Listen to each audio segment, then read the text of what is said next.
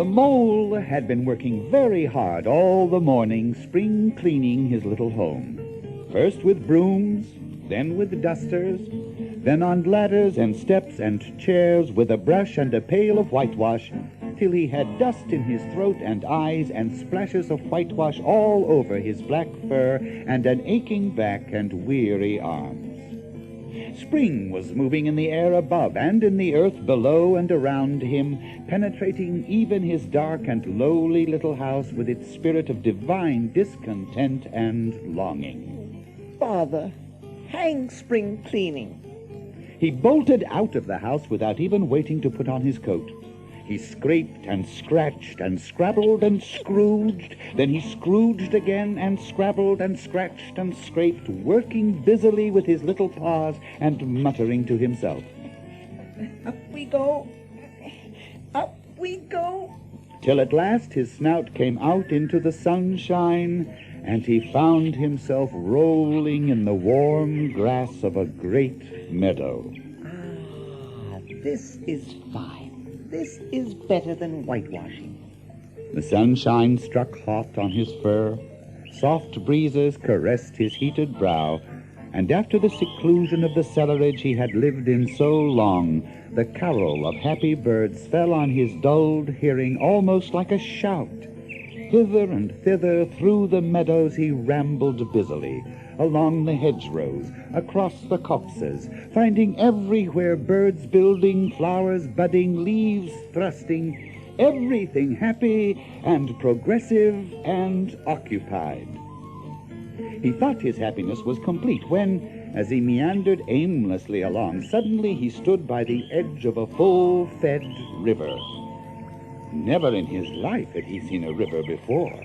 This sleek, sinuous, full-bodied animal, chasing and chuckling, gripping things with a gurgle and leaving them with a laugh, to fling itself on fresh playmates that shook themselves free and were caught and held again. The mole was bewitched, entranced, fascinated. As he sat on the grass and looked across the river, a dark hole in the bank opposite, just above the water's edge, caught his eye. As he gazed, something bright and small seemed to twinkle down in the heart of it, vanished, then twinkled once more like a tiny star. Then, as he looked, it winked at him, and so declared itself to be an eye, and a small face began gradually to grow up round it, like a frame round a picture. A brown little face with whiskers, small, neat ears, and thick, silky hair. It was the water rat. Hello, Mo. Hello, Rat. Would you like to come over? Oh, it's all very well to talk, but how am I to do it? The rat said nothing, but stooped and unfastened a rope and pulled on it, then lightly stepped into a little boat which the mole had not observed. It was painted blue outside and white within, and was just the size for two animals. The rat sculled smartly across and made fast. Then he held up his forepaw as the mole stepped gingerly down. Lean on that. There. Now then, step lively. Oh, this is a wonderful day. You know, I've never been in a boat before in all my life. What? Never been in a... You never... Well, what have you been doing then? Is it so nice as all that? Nice. It's the only thing. Believe me, my young friend, there is nothing, absolutely nothing, half so much worth doing as simply messing about in boats. Simply messing about. Look ahead, Rat. Messing about in boats or with boats. In or out of them, it doesn't matter. Look here, have you really nothing else on hand this morning? Supposing we drop down the river together and have a long day of it, What? What a day I'm having. Let's start at once. Hold hard a minute, then. I've got something all ready at my place. Won't be but a minute. Here we are. A wicker luncheon basket. Shove that under your feet, What's inside it? Oh, there's cold chicken inside it, and cold tongue, cold ham, cold beef, pickled gherkins, salad, French rolls, cress sandwiches, potted meat, ginger beer, lemonade, soda water. Stop. This is too much. You really think so? Oh, it's only what I always take on these little excursions. The mole never heard a word he was saying. Absorbed in the new life he was entering upon, intoxicated with the sparkle, the ripple, the scents and the sounds and the sunlight, he trailed a paw in the water and dreamed long, waking dreams. The water rat sculled steadily on without disturbing him for some half an hour or so. You must think me very rude, but all this is so new to me. So, this is a river. Oh, the river. And you really live by the river? What a jolly life. By it, with it, and on it, and in it. It's brother and sister to me, and aunts, and company, and food and drink, and naturally washing. It's my world, and I don't want any other. But isn't it a bit dull at times? Just you and the river, and no one else to pass a word with? No one else to... Well, I mustn't be hard on you. You're new to the river, and of course you don't know. The bank is so crowded nowadays that many people are moving away altogether. Oh, no, it isn't what it used to be at all. And what lies over there? That? Oh, that's just the wild wood beyond the river. We don't go there very much, we river bankers. Aren't they very nice people in there? Well, let me see. The squirrels are all right. And the rabbits, some of them, but rabbits are a mixed lot. Then there's Badger, of course, so he lives right in the heart of it. Wouldn't live anywhere else either if you paid him to do it. Dear old Badger. Nobody interferes with him. They better not. Why? Who should interfere with him? Well, of course, there are others. Weasels and stoats and foxes and so on. They're all right in a way, but, well, you can't really trust them, and that's a fact. And beyond the wildwood again? Beyond the wildwood comes the wide world, and that's something that doesn't matter either to you or me. I've never been there, and I'm never going. Or you either, if you've got any sense at all. Now then, here's our backwater at last, where we're going to lunch. Leaving the main stream, they now passed into what seemed at first sight like a little landlocked lake. It was so very beautiful that Mole could only hold up both forepaws and gasp. Oh, my. Oh, my. Oh, my. There we are. Now, let me help you out. Careful. There. And here's the luncheon basket. Would you allow me the favor to unpack it, Ratty? Please do. Oh, my. Oh, my. Oh, my. Oh, I'll just stretch out here and rest a bit. Oh, my.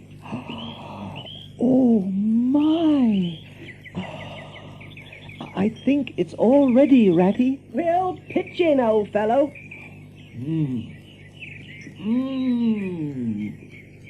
Oh, my. Oh. What are you looking at? Well, I'm looking at a streak of bubbles that I see traveling along the surface of the water. That is a thing that strikes me as funny. Bubbles? Ho-ho! Greedy beggars! Why didn't you invite me, Ratty? Oh, this was an impromptu affair. But by the way, my friend, Mr. Mole. Oh, proud, I'm sure. Very pleased. Oh, such a rumpus everywhere. All the world seems out on the river today. Come on, old Badger. That's just the sort of fellow he is. Simply hates society. Well, we shan't see any more of him today. Well, tell us who's out on the river, Toad's out, for one, in his brand new racing boat. New togs, new everything. Oh, once it was nothing but sailing. Then he tired of that and took to punting. Punting? Yeah, pushing himself about in a boat with a pole. A nice mess he made of it. Last year it was houseboating. We all had to go and stay with him in his houseboat and pretend we liked it. Oh, it's all the same whatever he takes up. He gets tired of it and starts on something fresh. Oh, such a good fellow, too, but no stability. Especially in a boat. Look, there he is now, splashing badly and rolling a good deal, eh? Toad! Toad! He'll be out of the boat in a minute if he rolls like that, eh? Of course he will. Oh, well, I suppose we ought to be moving, eh? I wonder which of us had better pack the luncheon basket. Oh, please, let me. Suddenly, without so much as a thank you, Otter disappeared into the water after an errant mayfly. Packing the basket was not quite such pleasant work as unpacking the basket. Well, it never is. But the mole was bent on enjoying everything, and soon everything was packed, and they were off again in the boat. Ratty, I want to row now. Oh, not yet, my young friend. Oh, no, wait till you've had a few lessons. It's not as easy as it looks, you know. The mole was quiet for a minute or two, but his pride began to whisper that he could do it every bit as well. He jumped up and seized the skull so suddenly that the rat, who was gazing out over the water and saying more poetry things to himself, was taken by surprise and fell backwards off his seat with his legs in the air while Mole took his place. What? Stop it, you silly ass! You can't do it. You'll all have us over. Oh, don't worry, Ratty. I'll be just...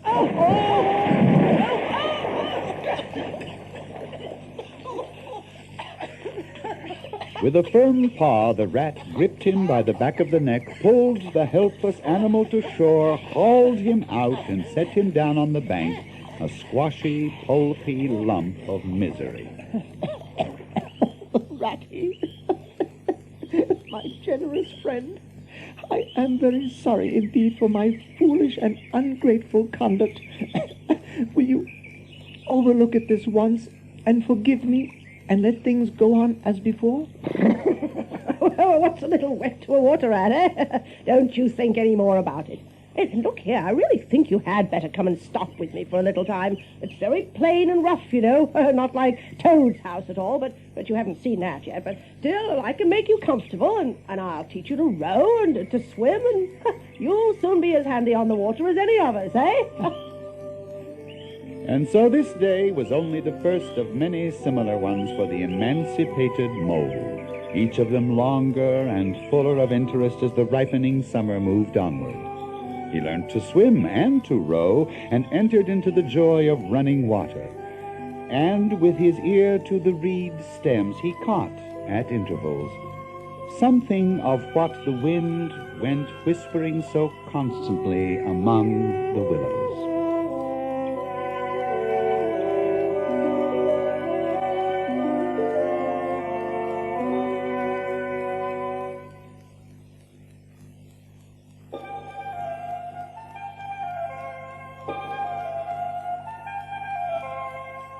Ratty, if you please, I want to ask you a favor. Won't you take me to call on Mr. Toad? I've heard so much about him, and I do so want to make his acquaintance. Why, certainly. Get the boat out and we'll paddle up there at once. There's never the wrong time to call on Toad. Always good-tempered, always glad to see you, always sorry when you go. He must be a very nice animal. He is indeed the best of animals. So simple, so good-natured, and so affectionate. Perhaps he's not very clever. We can't all be geniuses, eh? And it may be that he's both boastful and conceited, but he's got some great qualities, has Toady. With Mole at the oars and the rat settled comfortably in the stern, the two animals moved quickly along the river in the bright sunshine. Rounding a bend in the river, they came in sight of a handsome, dignified old house of mellowed red brick with well-kept lawns reaching down to the water's edge. There's Toad Hall. And that creek on the left, where the sign says private no landing allowed, leads to his boathouse, where we'll leave the boat. Stables are over there to the right.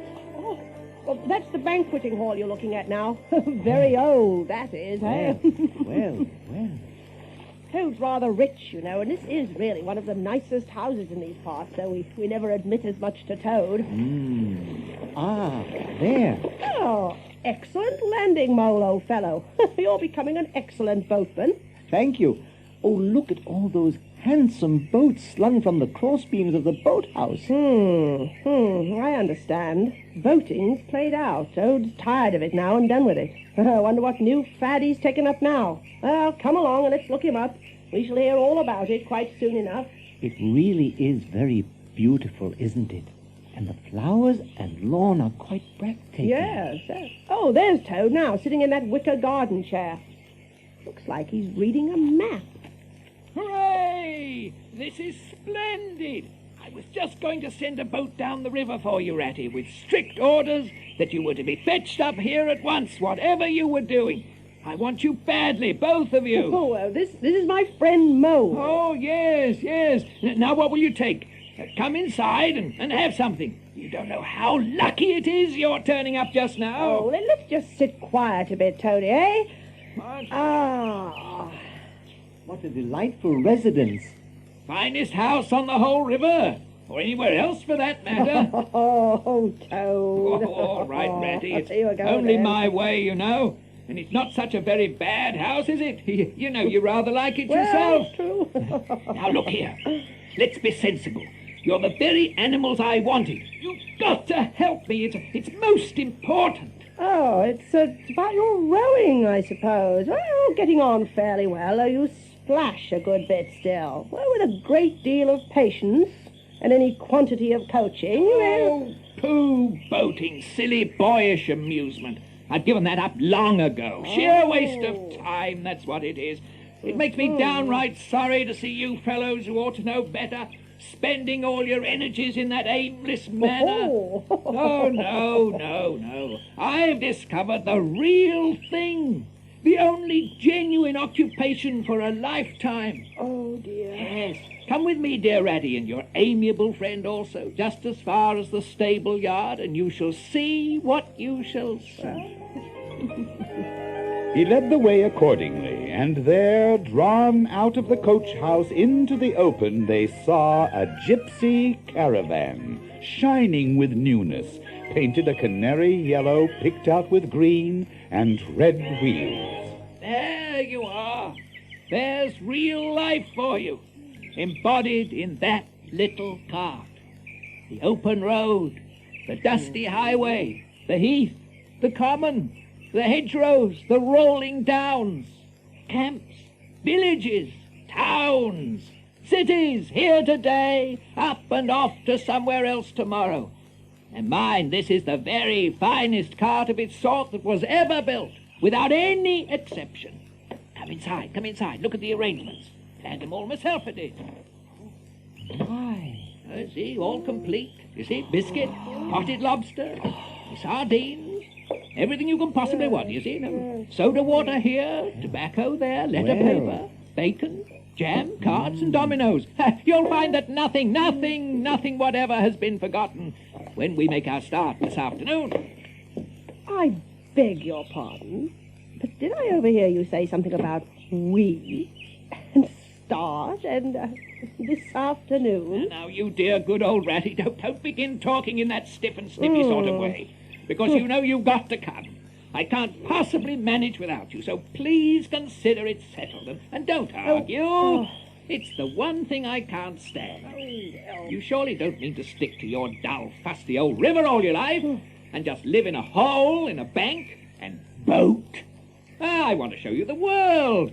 I'm going to make an animal of you, my boy. I don't care. I'm not coming, and that's flat. What? And I am going to stick to my old river and live in a hole and boat as I've always done. And what's more, Mole's going to stick to me and do as I do, aren't you, Mole, eh? What?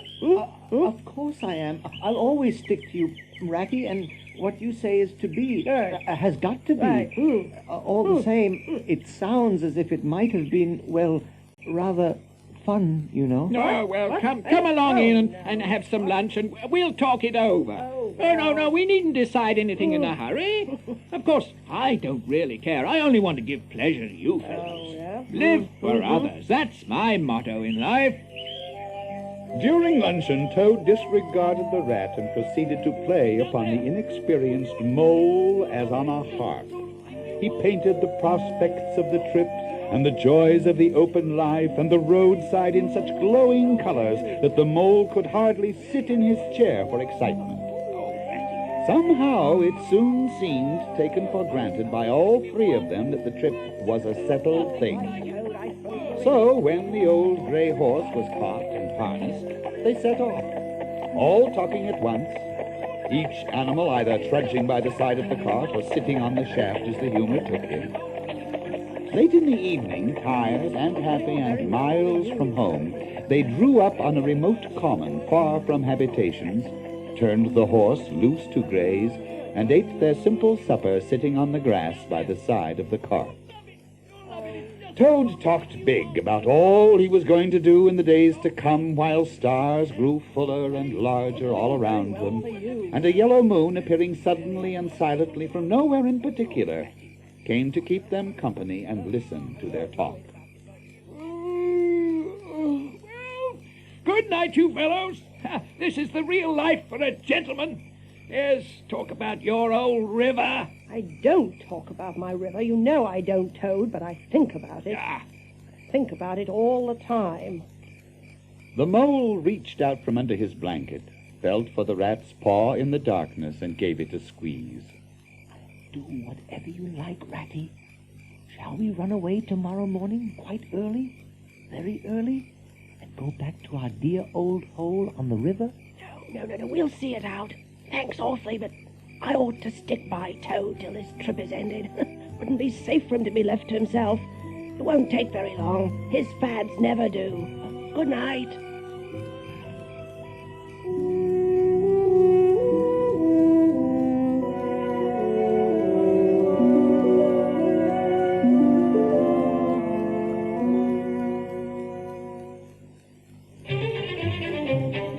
After so much open air and excitement, the Toad slept very soundly, and no amount of shaking could rouse him out of bed next morning. So, while Rat saw to the horse and lit a fire and cleaned last night's cups and platters and got things ready for breakfast, the mole trudged off to the nearest village, a long way off, for milk and eggs and various necessaries that the Toad had, of course, forgotten to provide. The hard work had all been done, and the two animals were resting, thoroughly exhausted by the time Toad appeared on the scene, fresh and gay, remarking what a pleasant, easy life it was they were all leading now after the cares and worries and fatigues of housekeeping at home. At last they were on their way again, strolling along the high road, when far behind them they heard a faint, warning hum, like the drone of a distant bee. Glancing back, they saw a small cloud of dust with a dark center of energy advancing on them at an incredible speed, while from out the dust a faint boop, boop wailed like an uneasy animal in pain. In an instant, as it seemed, the peaceful scene was changed, and with a blast of wind and a whirl of sound that made them jump for the nearest tree, it was on them. They had a moment's glimpse of an interior of glittery plate glass and rich morocco, and the magnificent motor car with its pilot tense and hugging the wheel flung an enveloping cloud of dust that blinded and enwrapped them utterly, and then dwindled to a speck in the far distance. You villains! You scoundrels! You highwaymen! You road hogs! I'll have the law on you! Oh, look at the cart, Ratty. It's a complete wreck. I'll report them. I'll take them through all the courts. Oh, look at this mess. Windows smashed, sardine tins scattered over the wide world. Hey, Toad, come and bear a hand, can't you? Poop. Are you coming to help us, Toady? Glorious, stirring sight. The poetry of motion. The real way to travel. Here today, in next week tomorrow, villages skipped, towns and cities jumped. Always somebody else's horizon. Oh, bliss. Oh, poop. Oh, my. Oh, my. Oh, stop being an ass, Toad. Oh, and to think I never knew. All those wasted years that lie behind me I never knew, never even dreamt. But now what dust clouds shall spring up behind me as I speed on my reckless way. What carts I shall fling carelessly into the ditch in the wake of my magnificent onset. Horrid little carts, common carts, canary-coloured carts. What are we to do with him? Nothing at all. Because there really is nothing to be done. You see, I know him from old. He's now possessed. He's got a new craze, and it always takes him that way in its first stage. Oh, never mind him. Let's go and see what there is to be done about the cart. Come on. It's 5 or 6 miles to the nearest town. Oh, we shall have to walk it. The sooner we make a start, the better, huh? Pooh-pooh. But what about Toad? We can't leave him here, sitting in the middle of the road by himself. It's not safe. Supposing another thing were to come along. Oh, bother, Toad. I've done with him.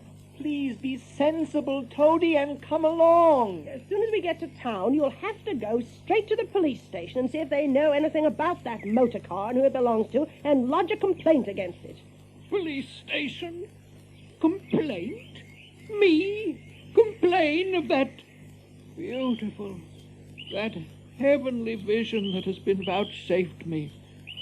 You fellows can't think how obliged I am to you for consenting to come on this trip. I wouldn't have gone without you, and then I might never have seen that swan, that sunbeam, that thunderbolt.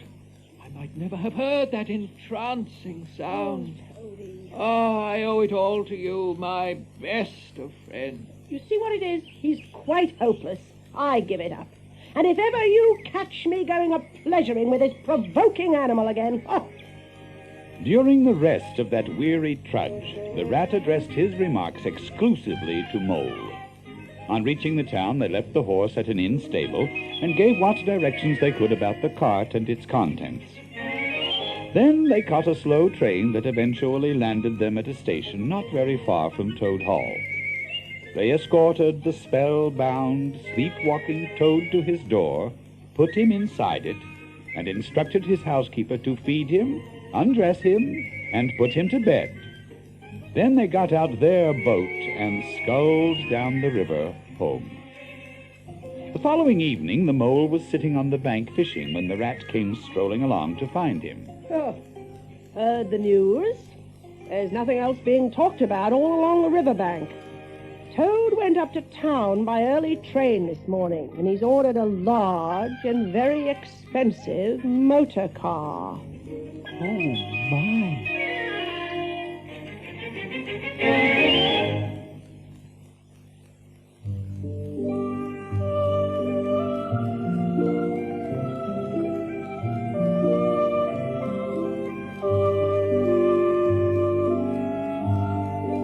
The Mole had long wanted to make the acquaintance of the Badger. He seemed, by all accounts, to be such an important personage, and, though rarely visible, to make his unseen influence felt by everybody about the place. But whenever the Mole mentioned his wish to the Water Rat, he always found himself put off. Oh, Badger'll turn up someday or other. He's always turning up, and then I'll introduce you. Oh, best of fellows. But you must not only take him as you find him, but when you find him, what, eh? Couldn't you ask him here dinner or something? Oh, it wouldn't come. Badger hates society and invitations and dinner and all that sort of thing. Well, then, supposing we go and call on him. Oh, I'm sure he wouldn't like that at all. He's so very shy, he'd be sure to be offended. I've never even ventured to call on him at home myself, although I know him so well.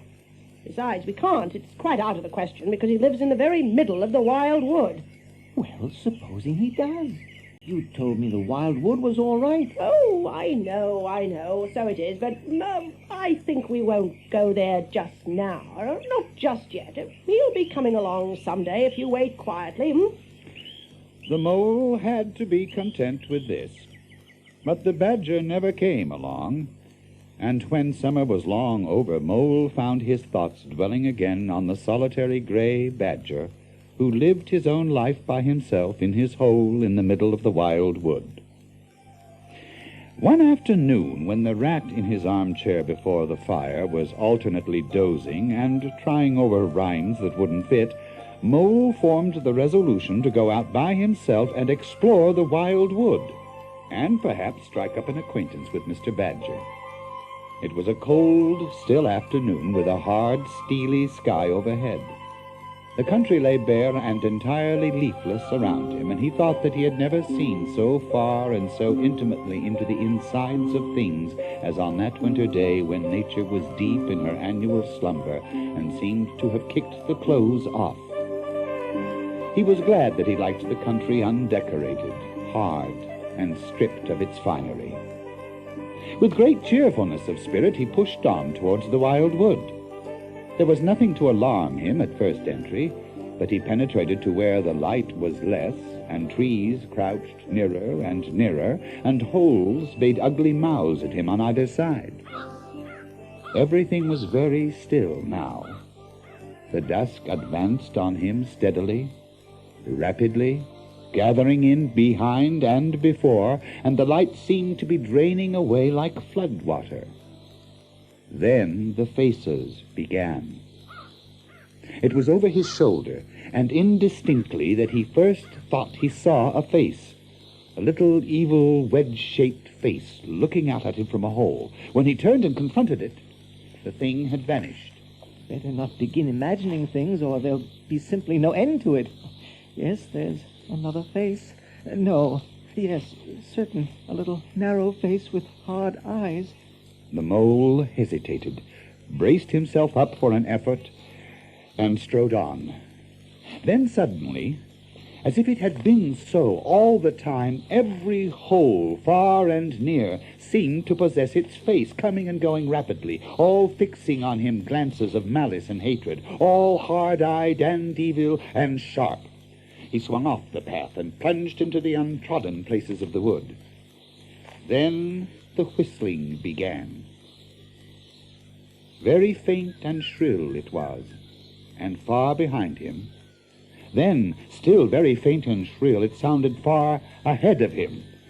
As he halted in indecision, it broke out on either side. They were up and alert and ready, whoever they were. And he was alone, and unarmed, and far from any help, and night was closing in. Then the pattering began. He thought it was only falling leaves at first. Then he knew it for nothing else but the pat, pat, pat of little feet. Was it in front or behind? It seemed to be first one, then the other, then both. As he stood still to listen, a rabbit came running hard towards him through the trees. Wait! But the rabbit dashed past and disappeared down a burrow. The whole wood seemed running now, running hard, hunting, chasing, closing in round something or somebody. In panic, he began to run too aimlessly. He knew not whither. He ran up against things. He fell over things and into things. He darted under things and dodged round things. At last he took refuge in the deep, dark hollow of an old beech tree. As he lay there panting and trembling and listened to the whistlings and the patterings outside, he knew at last that thing which the rat had vainly tried to shield him from, the terror of the wild wood.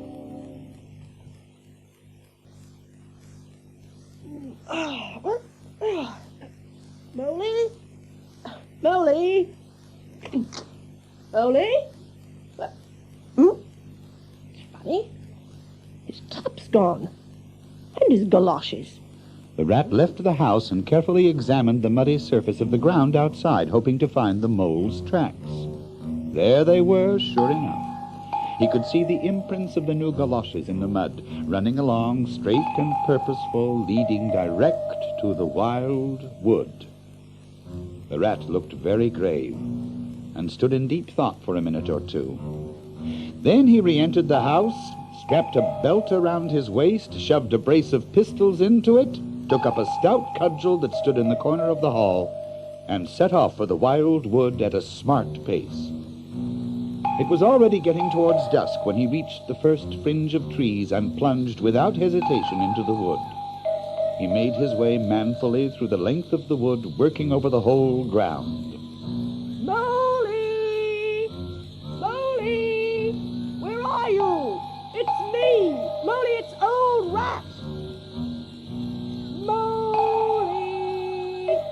Molly! Ratty, is that really you? Moo! Moo! Oh, where are you?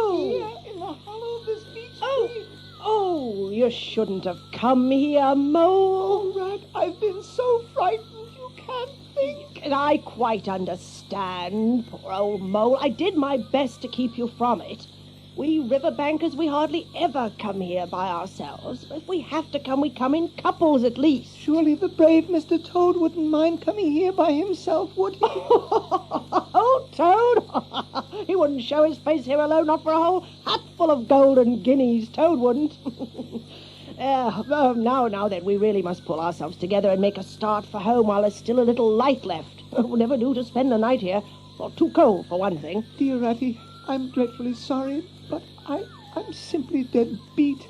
Oh. That's a solid fact. Oh, You yeah, must I let me understand. rest here a while longer and get my strength back if I'm to get home at all. Oh, all right. It's pretty nearly pitch dark now anyway, and there ought to be a bit of a moon later. So the mole got well into the dry leaves and stretched himself out and presently dropped off into a broken and troubled sleep. The rat lay patiently waiting with a pistol in his paw. At last the mole woke up, much refreshed and in his usual spirits. Oh, now then. Now, I'll just take a look outside and see if everything's quiet, and then we really must be off. Hello? Oh, look at this. What's up, Ratty? Snow's up. Or rather down. It's snowing hard.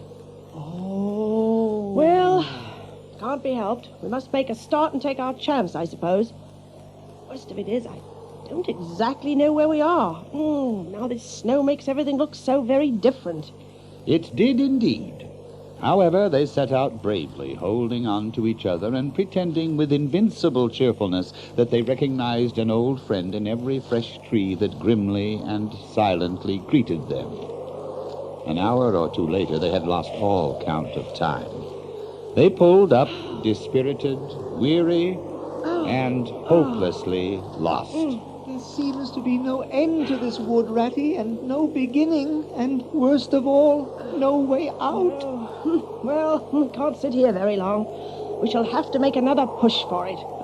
Let's make our way over there where the ground seems all hilly and humpy and hummocky. Or maybe we'll find some sort of shelter, a cave or a hole with a dry floor to it, out of the snow and wind. I'll try, but I'm pretty dead beat. Come along, come along. Oh, my leg! Oh, my poor shin! Poor old mole. You don't seem to be having much luck today, do you? Come on, let's have a look at the leg. Oh, I must have tripped over a hidden branch or a stump. Oh, my. Oh, my. It's a very clean cut. Looks as if it was made by a sharp edge of something metal. Funny. Well, never mind what done it. It hurts just the same, whatever done it. I wonder what made that cut. Oh, come on, Rat. Hooray! Hooray! What have you found, Ratty? Oh, come and see, come and see. Well, I see it right enough. Seen the same sort of thing before lots of times. A door scraper. Well, what of it? But don't you see what it means? Of course I see what it means. It simply means that some very careless and forgetful person has left his door scraper lying about in the middle of the wild wood, just where it's sure to trip everybody up. Oh dear. Well, stop arguing and come and scrape.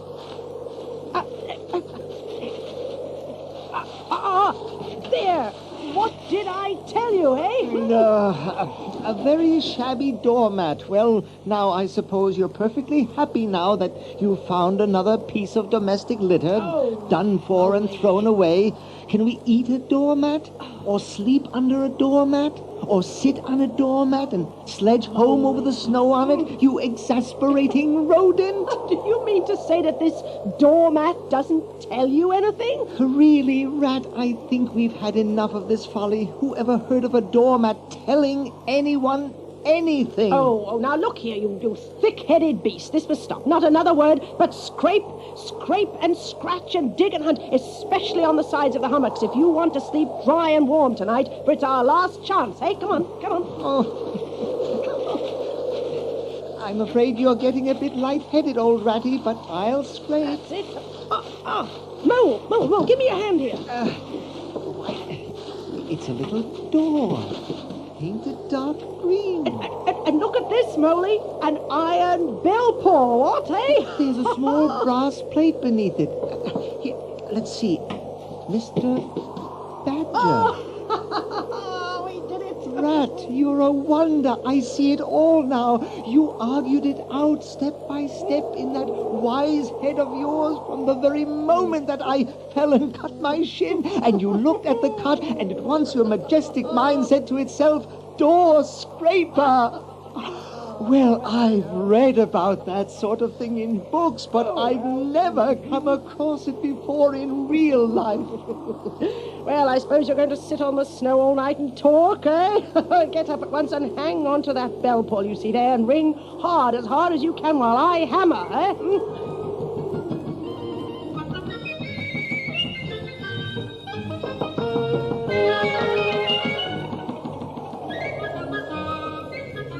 They waited patiently for what seemed a very long time, stamping in the snow to keep their feet warm. At last they heard the sound of slow, shuffling footsteps approaching the door from the inside. Someone's coming, Ratty, walking in slippers that are too large for him and down at the heel. Now, the very next time this happens, I shall be exceedingly angry. Who is at this time disturbing people on such a night? Speak up, speak up. Oh, Badger, let us in, please. It's me. It's Rat and my friend Mole. We've lost our way in the snow. What, Ratty? Oh, my dear little man, come along in, both of you at once. Oh, thank you, Why, Badger. you must be perished, lost in the snow and in the wild war too, and at this time of night. But come in with you, in with you. This is not the sort of night for small animals to be out. I'm afraid you've been up to some of your pranks again, Ratty. But come along into the kitchen. Into the kitchens, there's the first-rate fire. And supper and everything. Come in, come in. Badger shuffled on in front of them, carrying the light, and they followed him down a long, gloomy, and to tell the truth, decidedly shabby passage into a sort of central hall. There were several long, tunnel-like passages leading off, and many stout oaken doors. One of these the Badger flung open, and at once they found themselves in all the glow and warmth of a large, firelit kitchen. In the middle of the room stood a long table of plain boards placed on trestles with benches down each side. At one end of it, where an armchair stood pushed back, lay the remains of the Badger's plain but ample supper. Rows of spotless plates winked from the shelves of the dresser at the far end of the room, and from the rafters overhead hung hams, bundles of dried herbs, nets of onions, and baskets of eggs. It seemed a place where heroes could fitly feast after victory, where weary harvesters could line up in scores along the table, or where 2 or 3 friends of simple tastes could sit about as they pleased and eat and smoke and talk in comfort and contentment. The kindly Badger thrust them down on a wooden bench to toast themselves at the fire, and bade them remove their wet coats and boots. Then he fetched them dressing gowns and slippers. With weary legs propped up in front of them, all that they had suffered in the cold and trackless wild wood seemed a half-forgotten dream.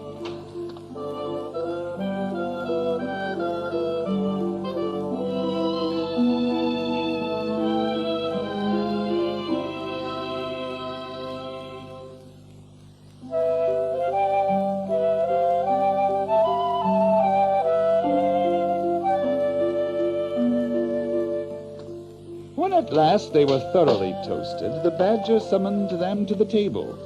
Conversation was impossible for a long time.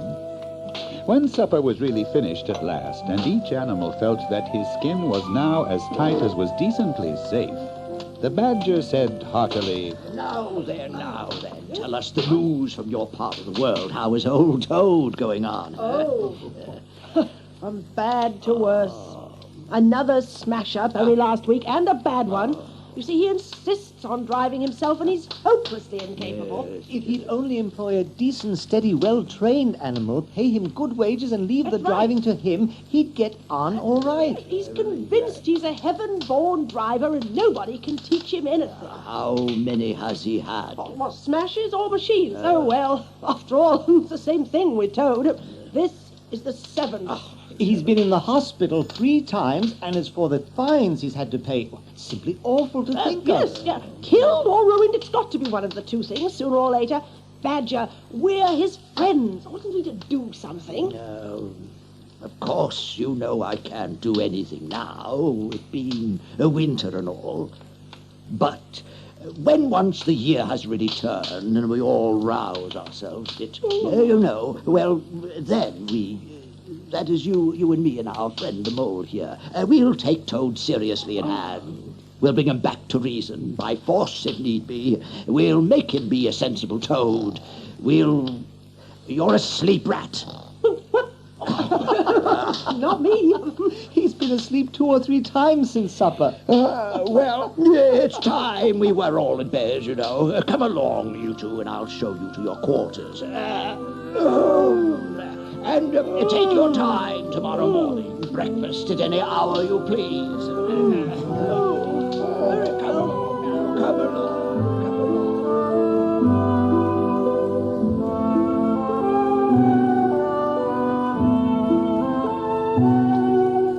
The 2 tired animals came down to breakfast very late next morning and found a bright fire burning in the kitchen and 2 young hedgehogs sitting on a bench at the table eating oatmeal porridge out of wooden bowls. They dropped their spoons and rose to their feet as the rat and mole entered. Oh, there. Sit down and go on with your porridge, what, eh? Where have you 2 youngsters come from, Lost your way in the snow, I suppose, eh? Yes, please, sir. Me and little Billy here, we was trying to find our way to school. Mother would have us go, and of course we lost ourselves, sir. And Billy, he got frightened and took and cried, being young and faint-hearted. At last we happened up against Mr. Badger's back door and made so bold as to knock, sir, for Mr. Badger, he's a kind-hearted gentleman. Yes, I understand. Where's Mr. Badger now? The master's gone into his study, sir, and he said as how he was going to be particularly busy this morning, and on no account was he to be disturbed. Oh, I see. Billy, just run and see who that is. Badger's busy in the usual way at this time of year, Moley. He's in his study, settled in an armchair, with his legs up on another and a red cotton handkerchief over his face. But I find you here all right. They were all in a great state of alarm along Riverbank when I arrived this morning. Rat never been home all night, no mole either. Something dreadful must have happened, they said. But I knew that when people were in any fix, they mostly went to Badger. Or else Badger got to know of it somehow, so I came straight off here. Weren't you at all, nervous? Nervous? I'd give them nerves if any of them tried anything on with me. Here, Mole, fry me some slices of ham like the good little chap you are. I'm frightfully hungry. Hello, everyone. It must be getting on for luncheon time. Better stop and have it with us, Otter. You must be hungry this cold morning. Oh, the sight of these young hedgehogs stuffing themselves with fried ham makes me feel positively famished. Here, you 2 youngsters, be off home to your mother. I'll send someone with you to show you the way. Here's 6 pence apiece. Now get along home. Get along. Thank you, sir. Thank you. Well, now, what about a bit of lunch, eh? Yes, that's a splendid idea. Oh, my. Your place is splendidly comfortable and homelike. Once well underground, you know exactly where you are. Nothing can happen to you, and nothing can get at you. Things go on all the same overhead, and you let them and don't bother about them. When you want to, up you go, and there the things are waiting for you. That's exactly what I say. There's nothing like living underground. Why don't I show you around the place while these fellows put together some lunch, eh? I'd like that very much. Ratty, you and Otter set a few things out for lunch, eh? There's plenty, just look around a bit. Meanwhile, I'll just show Mr. Mole around. You understand what domestic architecture ought to be, you do. Come along. You know there's no security or peace or tranquility except underground. Nobody looking over your wall, and above all, no weather. Look at Rat now. A couple of feet of flood water, and he's got to move. And take Toad. I say nothing against Toad Hall. Quite the best house in these parts as a house. But suppose a fire breaks out. Where's Toad? Supposing tiles are blown off, or walls sink or crack, or windows get broken. Where's Toad? Supposing the rooms are drafty. I hate a draft myself. Where's Toad? No. Up and out of doors is good enough to roam about and get one's living in. But underground, to come back to at last. That's my idea of home. My feelings precisely. As they moved along, Badger led the way, holding the lantern high to allow Mole to see the many rooms and passageways. Mole was staggered at the size, the extent, the ramifications of it all, the crammed store chambers, the masonry everywhere, the pillars, the arches, the pavements. How on earth, Badger, did you ever find time and strength to do all this? Well, it's astonishing. Oh, it would be astonishing indeed if I had done it. But as a matter of fact, I did not do it. Only cleaned out the passages and chambers as far as I had need of them. There's lots more of them all round about, you know. What? I see you don't understand, and I must explain it to you. Well, very long ago, on the spot where the wildwood waves now, there was a city of people. They were a powerful people and rich and great builders. But what has become of them all? Who can tell? People come, they stay for a while, they flourish, they build, and they go. It's their way. But we remain. There were badgers here, I've been told, long before that same city ever came to be. And now there are badgers here again. And what happened when they went, those people? Oh, when they went, the strong winds and persistent rains took the matter in hand, patiently, ceaselessly, year after year.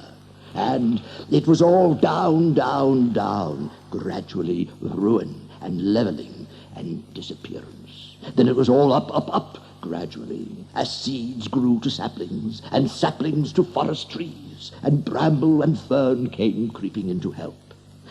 In the course of time, our home was ready for us again, and we moved in. Well, we'd better get back, or those boys will think we're not interested in lunch.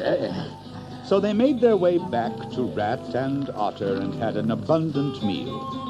Then Badger led them through a long passage that let them out right at the edge of the wood. Otter, who knew all the paths, took charge, and they started back to Rat's home on the riverbank.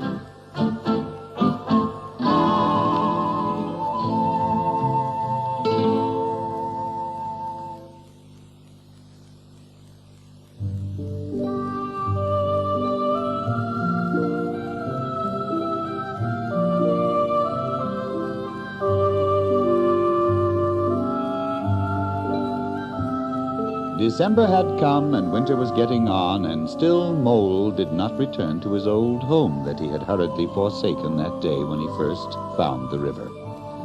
But one night, as he and Water Rat were returning across country after a day's outing with Otter, Mole stopped dead in his tracks, his nose searching hither and thither. It was one of those mysterious fairy calls from out the void that made him tingle through and through. Home. Ratty, hold on. Come back.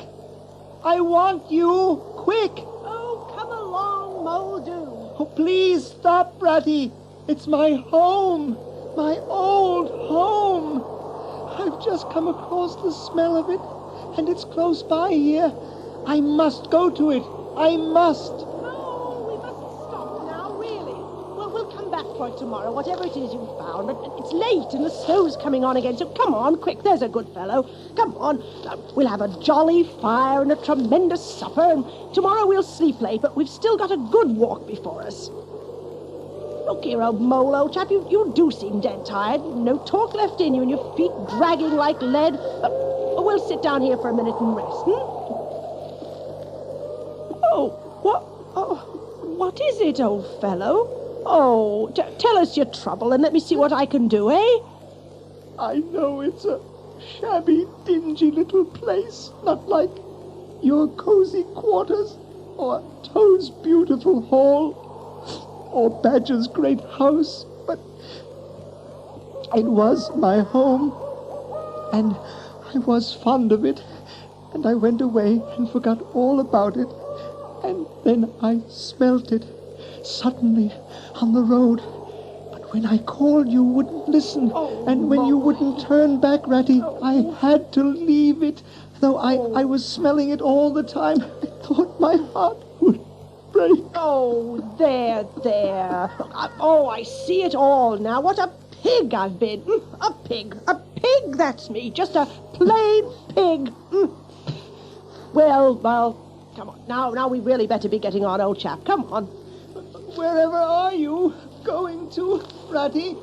You're going back?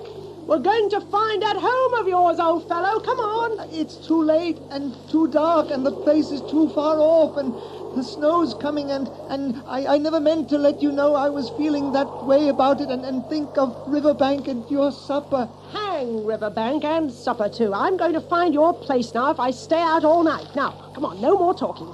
Business. Use your nose and give your mind to it, They moved off in the direction of the place where Mole had first been aware of his home. The signals were again coming through. Mole stood a moment rigid, while his uplifted nose, quivering slightly, felt the air. Rat kept close to his heels as the Mole, with something of the air of a sleepwalker, nosed his way over a field open and trackless and bare in the faint starlight. Suddenly he dived, but Rat was on the alert and promptly followed him down the tunnel to which his unerring nose had faithfully led him. Well, look at this. Let me light a lantern so you can see my courtyard. There. My, so this is Mole End. Why, Moley, it's lovely. Look at these wire baskets with ferns and these statues. Isn't this Queen Victoria, eh? Well, come inside and we'll take a look round the old place. Oh, Ratty, why ever did I do it? Why did I bring you to this poor, cold and dusty little place on a night like this, when you might have been at Riverbank toasting your toes before a blazing fire with all your own nice things about you? What a capital little house this is. So compact, so well planned. Oh, we'll make a jolly night of it. Now, the first thing we want is a good fire. I'll see to that. So this is the parlour. Splendid. Your own idea, those little sleeping bunks in the wall? Oh, capital. Now, I'll fetch the wood and the coals, and you get a duster, Mole. Bustle about, old chap, eh? Ratty, how about your supper, you poor, cold, hungry, weary animal? I've nothing to give you. Nothing, not a crumb. Oh, what a fellow you are for giving in, eh? Why, only just now I saw a sardine opener on the table, and everybody knows that means there are sardines about somewhere. Now, pull yourself together and come with me and forage. Come on, come on.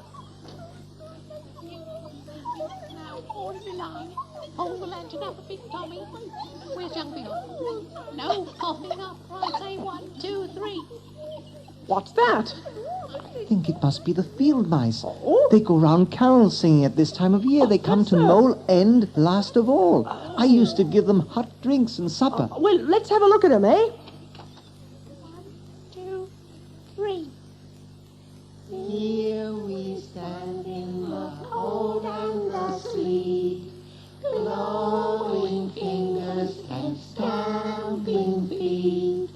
You by the fire and we in the street, bidding you joy in the morning.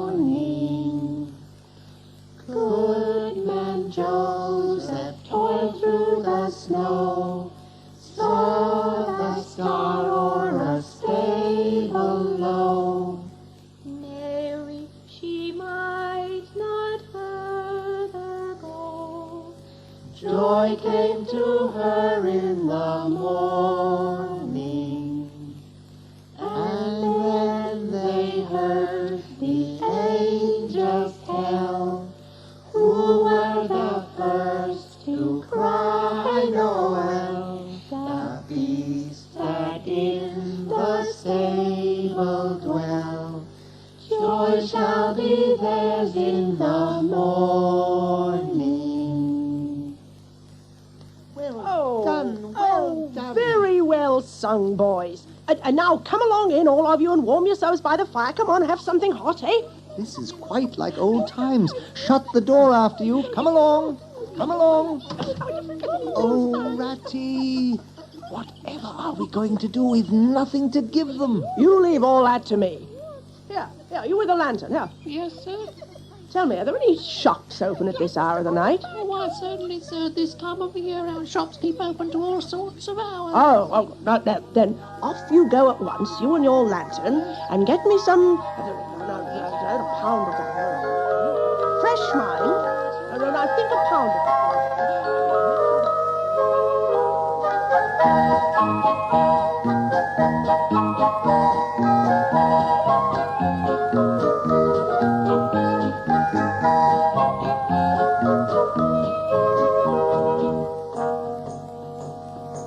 Before long, the field mouse with the lantern reappeared, staggering under the weight of his basket.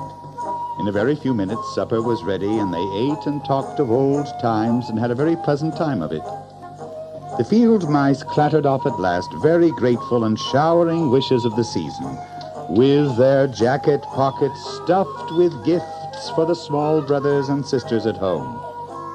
When the door had closed on the last of them, Mole and Rat kicked the fire up, drew their chairs in, and stretched their tired feet out. Mole, old chap. Oh, I'm ready to drop. Oh, sleepy is simply not the word. That your bunk over there? Oh, very well, then I'll take this. What a ripping little house this is, eh? Everything's so handy. There we go. Oh. Good night, Moley. Good night. Soon Mole had his head on his pillow in great joy and contentment. But before he closed his eyes, he let them wander round his old room, mellow in the glow of the firelight that played or rested on familiar and friendly things which had long been a part of him. He saw clearly how plain and simple, how narrow even it all was, but clearly, too, how much it all meant to him, and the special value of some such anchorage in one's existence. He would return to the upper world, he knew, but it was good to think he had this to come back to, this place which was all his own, these things which were so glad to see him again, and could always be counted upon for the same simple welcome.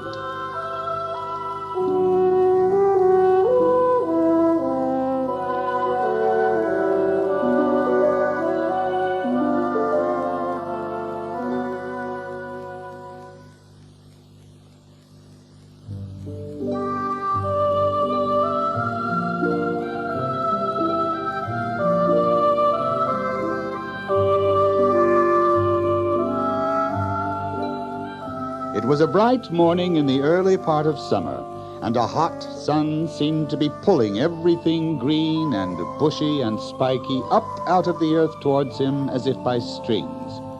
The Mole and the Water Rat were finishing breakfast when a heavy knock sounded at the door. Bother. Oh, see who it is, Mole, like a good chap since you've finished, eh? Mr. Badger, the hour has come. What hour? Whose hour, you should rather say? Why, Toad's hour, the hour of Toad. I said I would take him in hand as soon as the winter was well over. And I'm going to take him in hand today. Toad's hour, of course. I remember now. We'll teach him to be a sensible toad. This very morning, another new and powerful motor car will arrive at Toad Hall. We must be up and doing before it's too late. You two animals will accompany me instantly to Toad Hall, and the work of rescue shall begin. Right you are. We'll rescue him. We'll convert him. He'll be the most converted toad that ever was before we've done with him, eh? What?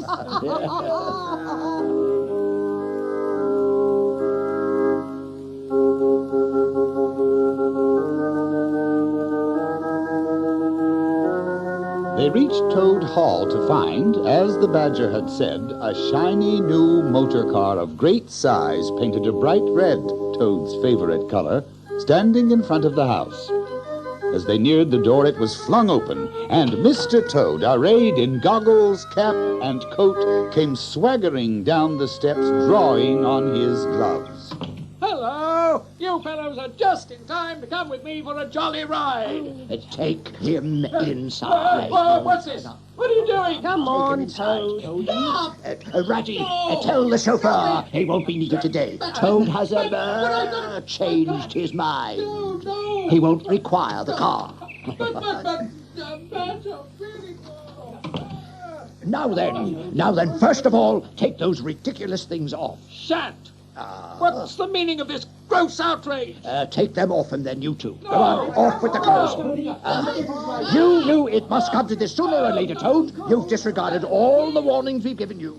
And you're squandering the money your father left you. And you're getting us animals a bad name by your furious driving and your smashes and your rows with the police. We never allow our friends to make fools of themselves beyond a certain limit.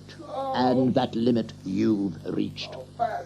Now, you're a good fellow in many respects, and I don't want to be too hard on you. I'll make one more effort to bring you to reason. Come with me into the library, and there you'll hear some facts about yourself. We'll see whether you come out of that room the same Toad that you went in. Come along. That's no good. Talking to Toad will never cure him. He'll say anything.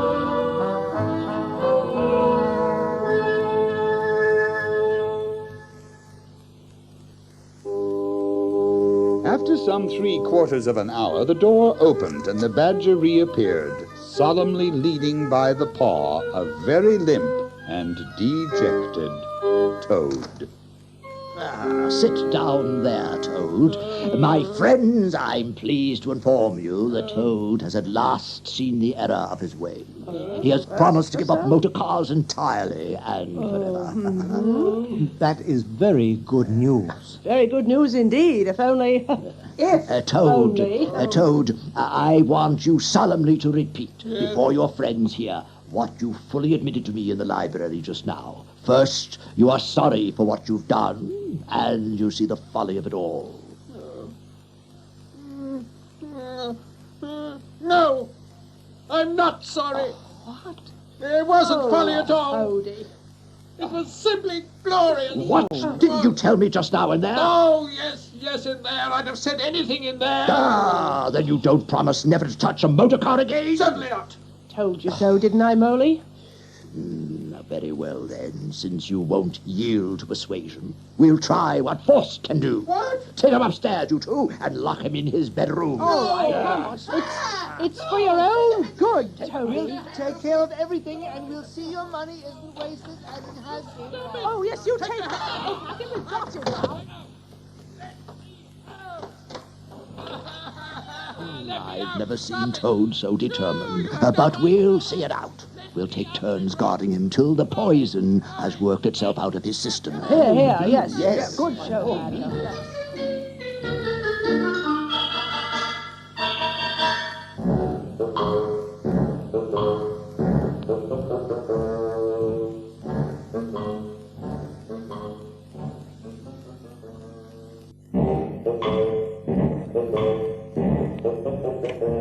Toad's still in bed, eh?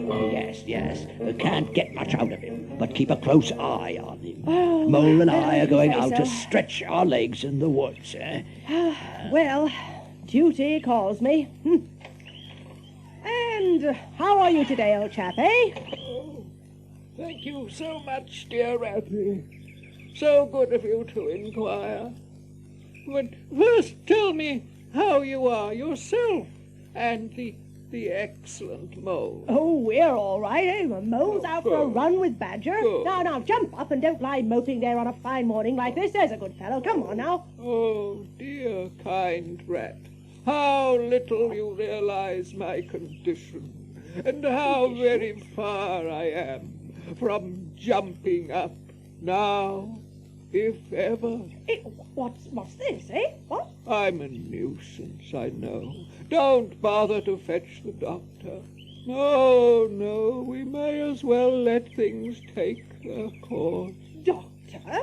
What are you talking about, Toad? Come on, now. Surely you've noticed. Oh, but no, why should you? Never mind. Forget about the doctor. Well, look here, Toad. Of course I'll fetch a doctor if you really need No. A doctor could do little in a case like this. But one must grasp at the slightest straw. And by the way, while you're about it, would you mind asking the lawyer to stop in? A lawyer? I'll have it off at once, Toad. Thank you.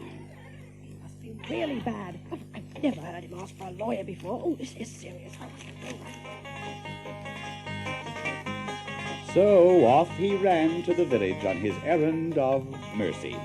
The Toad, who had hopped lightly out of bed as soon as he heard the key turned in the lock, watched him eagerly from the window till he disappeared down the drive. Then, laughing heartily, he dressed in his smartest suit, filled his pockets with cash, tied some sheets together, and scrambled out of the window of his bedroom. Taking the opposite direction to the Rat, he marched off light-heartedly, whistling a merry tune.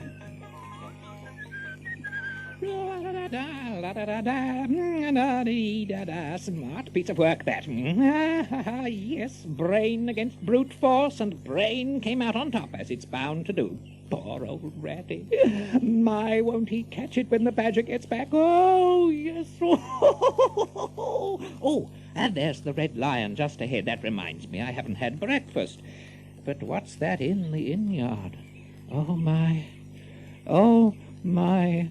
Oh, a bright new motor car. Oh, well. Well, there can't be any harm in my only just looking at it. Oh, doors.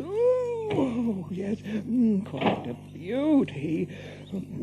Yes, I wonder if this sort of car starts easily. Now, let me see. And just turn this. As the familiar sound broke forth, the old passion seized on Toad and completely mastered him, body and soul. As if in a dream, he found himself somehow seated in the driver's seat. The car leapt forth, and he was Toad once more, Toad the Terror, king of the road.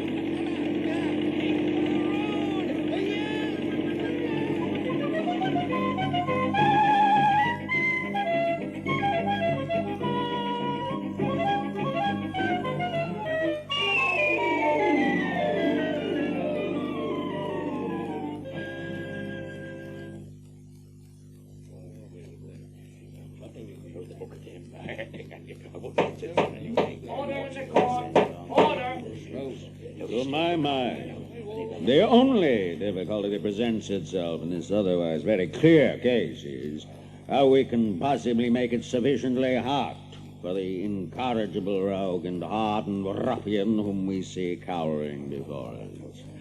Now, let me see. He has been found guilty on the clearest evidence.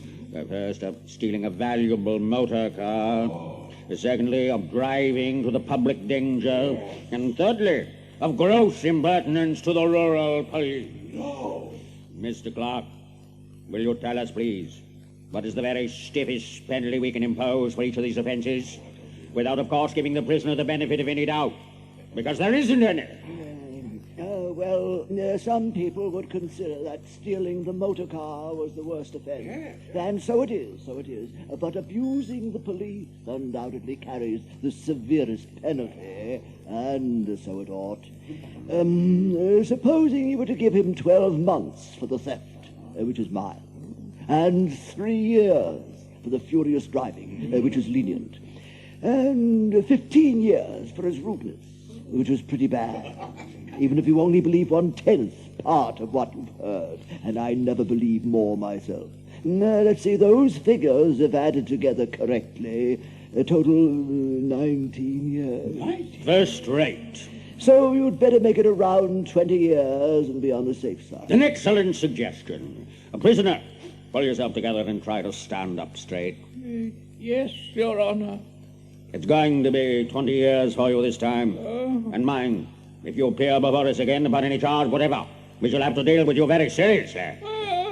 But I was innocent. Take me away. Next case. So Toad was loaded with chains and dragged from the courthouse across the hollow-sounding drawbridge to the grim old castle. Through courtyards where mastiffs strained at their leash and pawed the air to get at him. Past the rack chamber and the thumbscrew room. Past the turning that led to the private scaffold.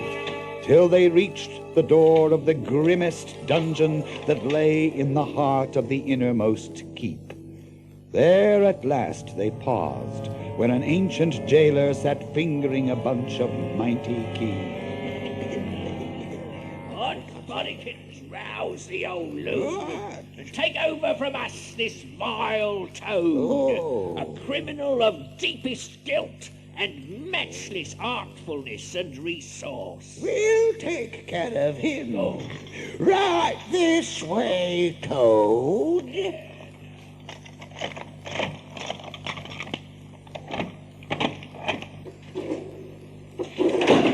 Let me out!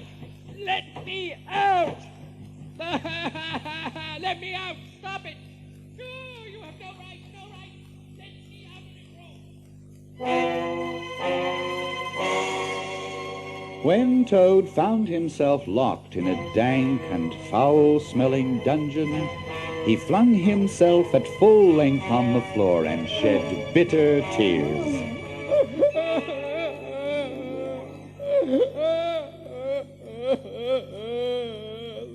This is the end of everything.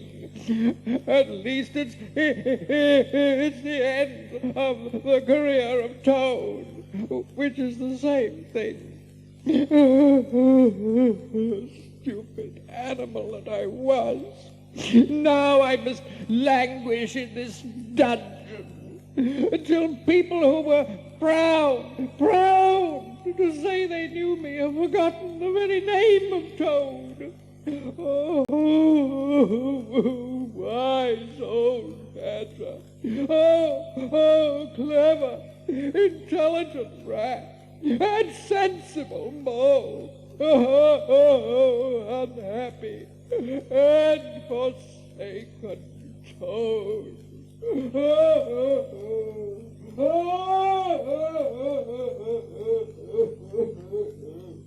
With lamentations such as these, he passed his days and nights for several weeks, refusing his meals and growing weak and pale. But one day, the jailer's daughter, a pleasant wench with a good heart, took pity on the miserable Toad. Father, I can't bear to see that poor beast so unhappy and getting so thin. Do what you like with him. I'm tired of his sulking and his airs. All right, I will. Now cheer up, Toad, and sit up and dry your eyes and be a sensible animal. And do try to eat a bit of dinner.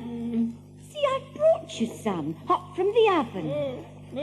Oh, look, here's some hot cabbage and some tea and a plate of hot buttered toast. Well, maybe just a bit of tea and a piece of toast. That's it. Good. The food does remind me of Toad Hall. Of course it does. Yes. Now, tell me all about it. Toad Hall is a gentleman's residence, dating in part from the 14th century, but replete with every modern convenience, up-to-date sanitation. Before long, Toad's spirits were quite restored to their usual level, and he told her all about his life at Toad Hall. He even sang a song or two of the sort he used to sing at his dinner parties. They had many interesting talks together after that, and the jailer's daughter grew very sorry for Toad and thought it a great shame that a poor little animal should be locked up in prison for what seemed to her a very trivial offense. Toad, of course, in his vanity, thought that her interest in him proceeded from a growing tenderness, and he could not help half regretting that the social gulf between them was so very wide, for she was a comely lass. One morning the girl was very thoughtful and did not seem to Toad to be paying proper attention to his witty sayings and sparkling comments. At last she said, Toad? Yes? Just listen, please. Yes. I have an aunt who is a washerwoman. Oh, there, never mind. Think no more about it. I have several aunts who ought to be washerwomen. Do be quiet a minute, Toad. You talk too much. That's your chief fault. As I said, I have an aunt who is a washerwoman. Yes. She does the washing for all the prisoners in the castle.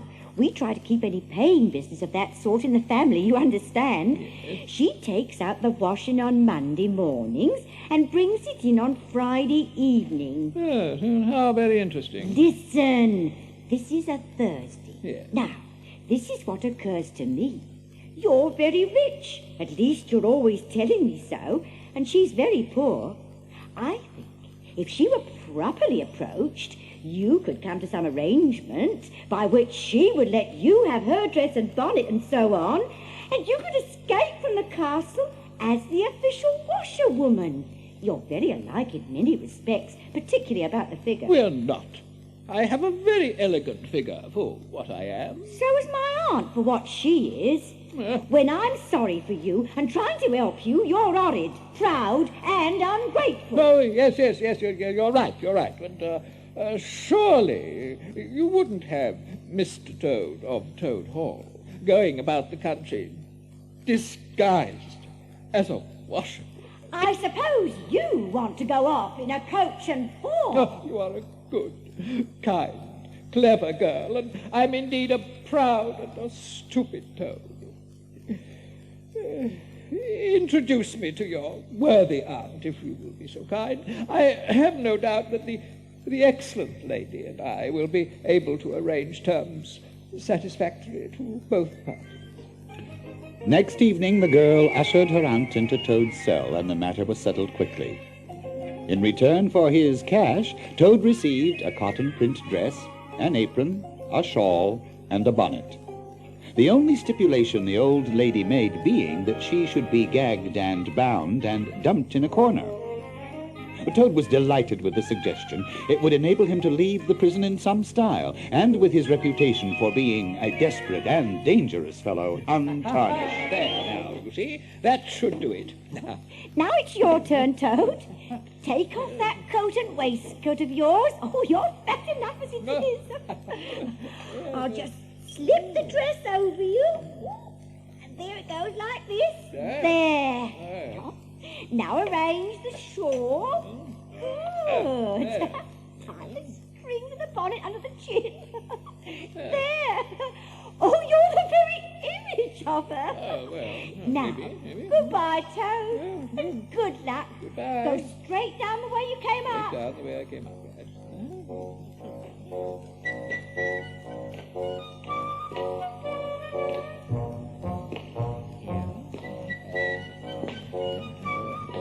All right, let me see. I think, yes, we'll get through this door. Oh, how easy everything is so far. This old familiar cotton print dress is a passport for every barred door and grim gateway. This way, old woman. Come along now, sharp now. Don't keep me waiting here all night. You should know the way after all these years. Toad. Just one last courtyard now. Come at last, have you? I wondered if you'd planned to stay the weekend. Well, how about a kiss before we part, you beauty? Oh, not tonight, dearie. Well, next time.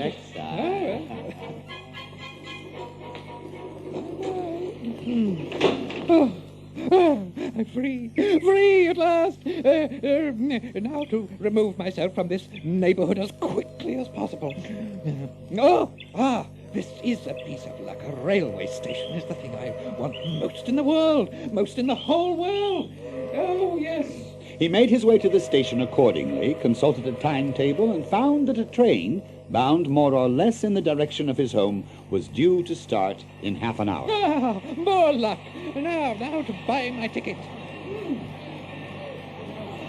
As he was about to pay for the ticket, he put his hand where his pocket should have been. But there was the cotton dress. In a sort of nightmare, he struggled with the uncanny thing that seemed to hold his hands. Other travelers formed in a line behind him, waited with impatience, and made unpleasant comments. At last he arrived at where all pockets are eternally situated and found not only no money, but no pocket to hold it and no waistcoat to hold the pocket. To his horror, he recollected that he had left both coat and waistcoat behind him in his cell, and with them his pocketbook, money, keys, watch, matches, all that makes life worth living, all that distinguishes the many-pocketed animal, the lord of creation, from the inferior one-pocketed or no-pocketed productions that hop or trip about permissively unequipped for the real contest. Look here. I find I've left my purse behind. Just give me the ticket, will you, and I'll send the money on tomorrow. I'm well known in these parts. I should think you were pretty well known in these parts if you tried this game often. Now stand away from the window, please, madam. You're obstructing the other passengers. Yes. Out of the way, my good woman. I'm in a frightful hurry. Out of the way. All right, move along. What's to be done? What's to be done? As he pondered, he found himself opposite the engine, which was being oiled, wiped, and generally caressed by its affectionate driver, a burly man with an oil can in one hand and a rag in the other. Hello, Mother. What's the trouble? You don't look particularly cheerful. Oh, sir, I am a poor, unhappy washerwoman, and I've lost all my money and can't pay for a ticket. I must get home tonight somehow. Oh, dear. Oh, that's a bad business indeed. Lost your money. Yes. And can't get home. No. And got some kids too waiting for you, I dare say. Any amount of them. And they'll be hungry and playing with matches and quarreling. Oh, dear. Oh, dear. Well, I'll tell you what I'll do. You're a washerwoman, and I'm an engine driver. Yes. If you'll wash a few shirts for me when you get home, I'll give you a ride on me engine. Oh. Huh? Come along then, Mother. Up aboard. That's it.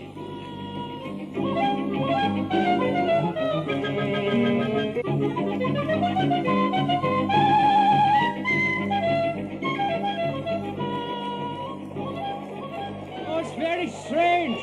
We're the last train running in this direction tonight. Yet I could swear that I heard another one following us. What?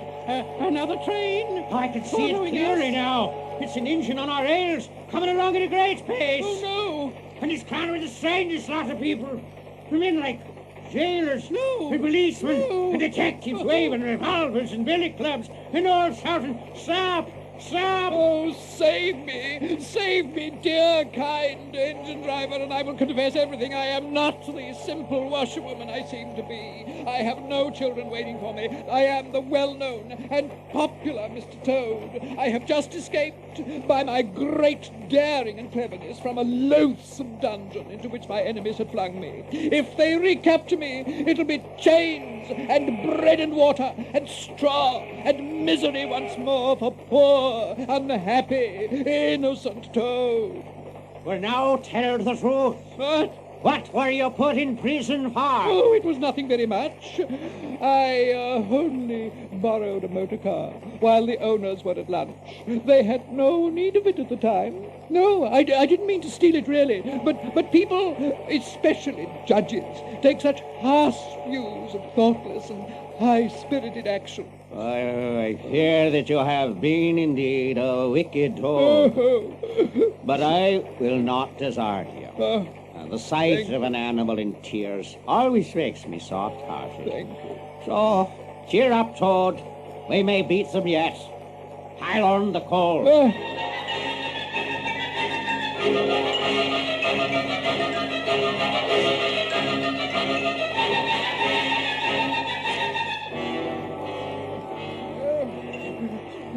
I'm afraid it's no good, Toad.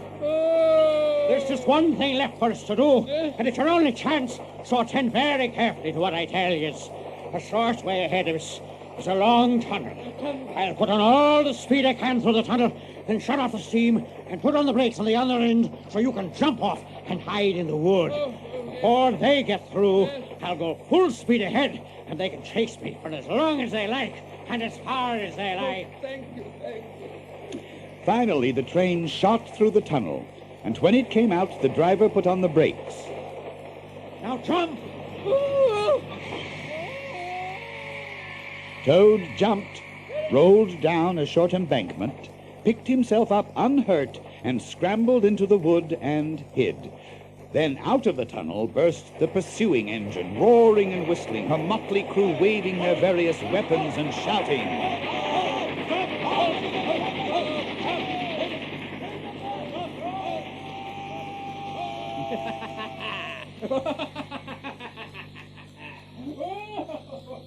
After a hearty laugh, Toad found himself alone in an unknown wood. It was late and dark and cold, and strange sounds were in the air. Once he met a fox who stopped, looked him up and down in a sarcastic sort of way, and said, "Hello, washerwoman. Half a pair of socks and a pillowcase short this week. Mind it don't occur again, eh?"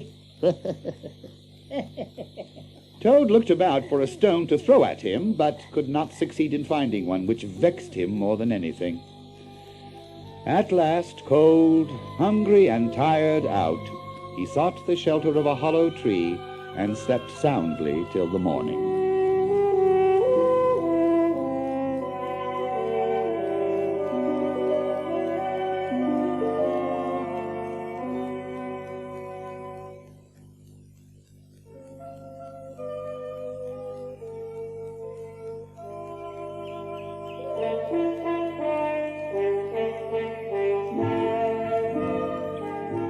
The front door of the hollow tree faced eastwards, so Toad was called at an early hour, partly by the bright sunlight streaming in on him, and partly by the exceeding coldness of his toes. Sitting up, he rubbed his eyes first and his complaining toes next. Then, with a leap of the heart, he remembered everything, his escape, his flight, his pursuit, and best thing of all, that he was free. He shook himself and combed the dry leaves out of his hair with his fingers, then marched forth into the comfortable morning sun, cold but confident, hungry but hopeful. What's this? A canal?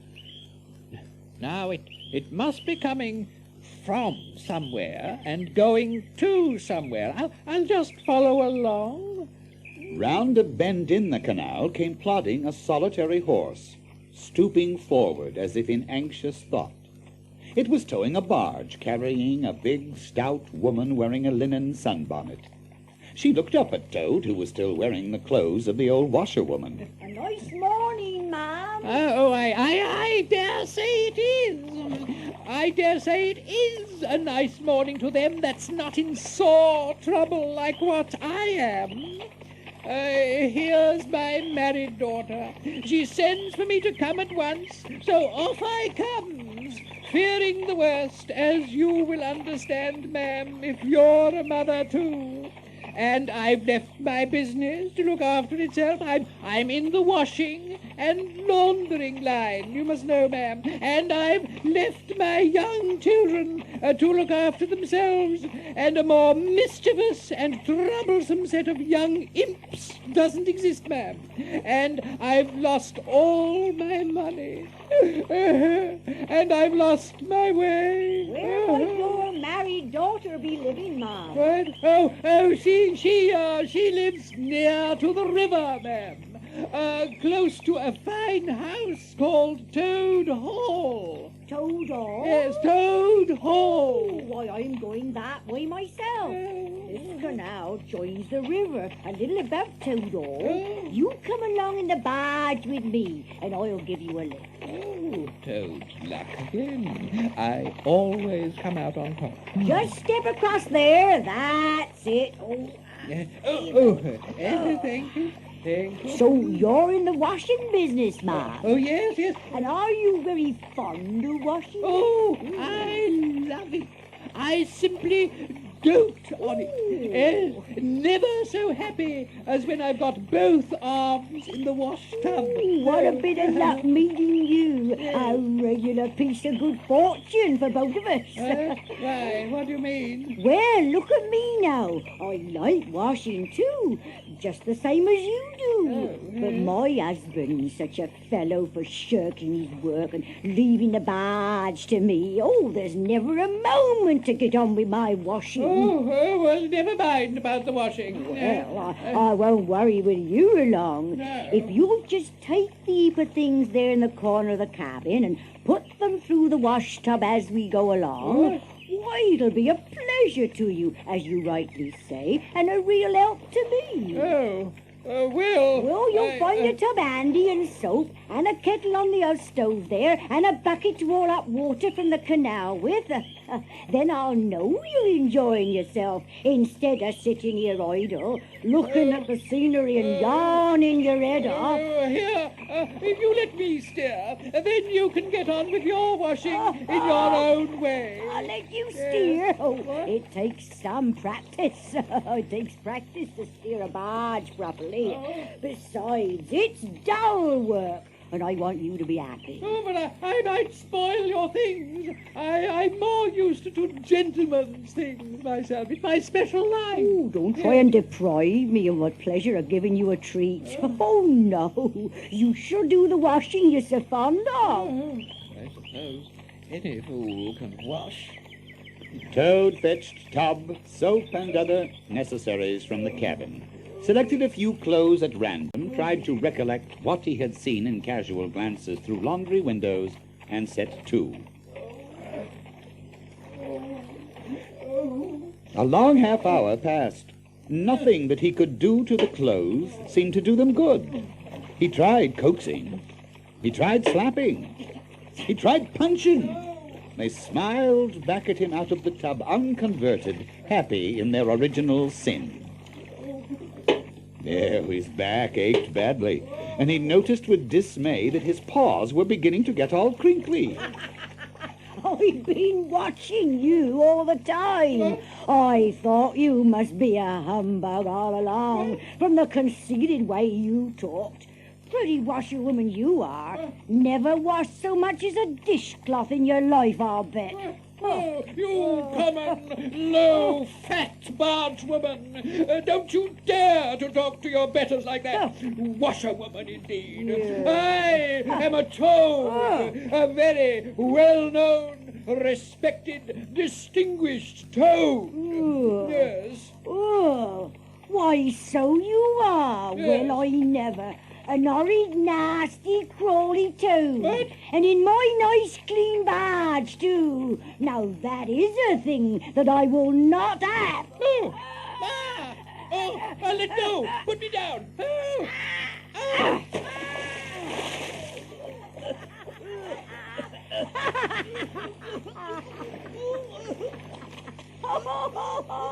Oh, put yourself through your mango washerwoman and iron your face and crimp it, and you'll pass for quite a decent-looking toad.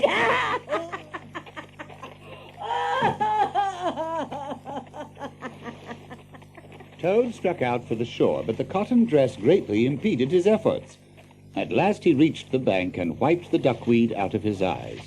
Then he climbed out and started to run after the barge as fast as his legs would carry him, wild with indignation, thirsting for revenge.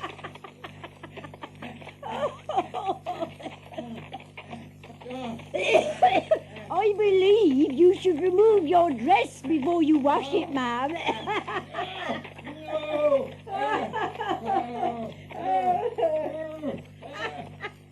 Toad never paused to reply.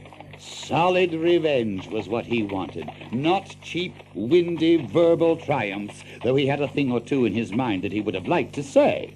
He saw what he wanted ahead of him. Running swiftly on, he overtook the horse, unfastened the tow rope and cast off, jumped lightly on the horse's back and urged it to a gallop.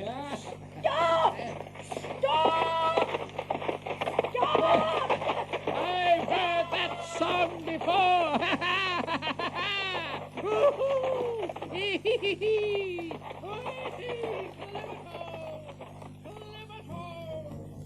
He steered for the open country, abandoning the towpath and swinging his steed down a rutty lane. Once he looked back and saw that the barge had run aground on the other side of the canal. Toad had quite recovered his temper now that he had done something he thought really clever. He was satisfied to jog along quietly, and trying to forget how very long it was since he'd had a square meal. The canal was left far behind him, and he had traveled some miles when he came upon a dingy gypsy caravan. Beside it, a man was sitting on a bucket turned upside down. A fire of sticks was burning nearby, and over the fire hung an iron pot. And out of that pot came forth bubblings and gurglings and smells that twined and twisted and wreathed themselves into one complete, voluptuous, perfect smell. You want to sell that there horse of yours, eh? What? What? Me? Horse, yes. Sell this beautiful young horse of mine? Oh, no. Out of the question. I'm too fond of him. Oh, try and love a donkey. Some people do. You don't seem to see that this fine horse of mine is a purebred. Partly. Not the part you see, of course, another part. No, I couldn't think of selling. All the same, how much might you be disposed to offer me for this beautiful young horse of mine? Let's see there. $1 a leg. How about that? Yeah. $1 a leg? If you please, I must take a little time to work that out and see just what it comes to. $1 a leg. Let me think now. Why, that comes to exactly $4 and no more. No.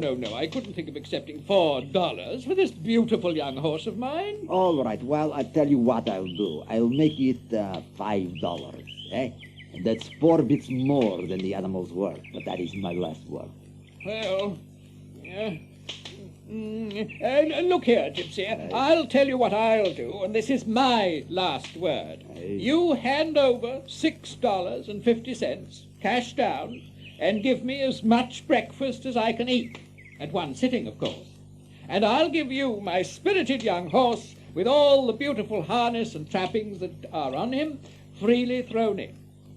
If that's not good enough for you, say so, and I'll be getting on. I know a man near here who's wanted this horse of mine for years. Any more deals of this sort, and I'll be ruined. Well, here's your $6.50. Wait here, and I'll fetch you a plate out of the wagon. Eh? And before long, Toad was busy with the most beautiful stew in the world.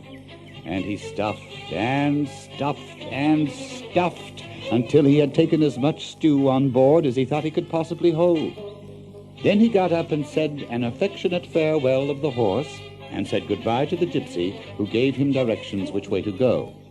And Toad set forth on his travels again in the best possible spirits. Oh, what a clever Toad I am! There is surely no animal equal to me for cleverness in the whole world.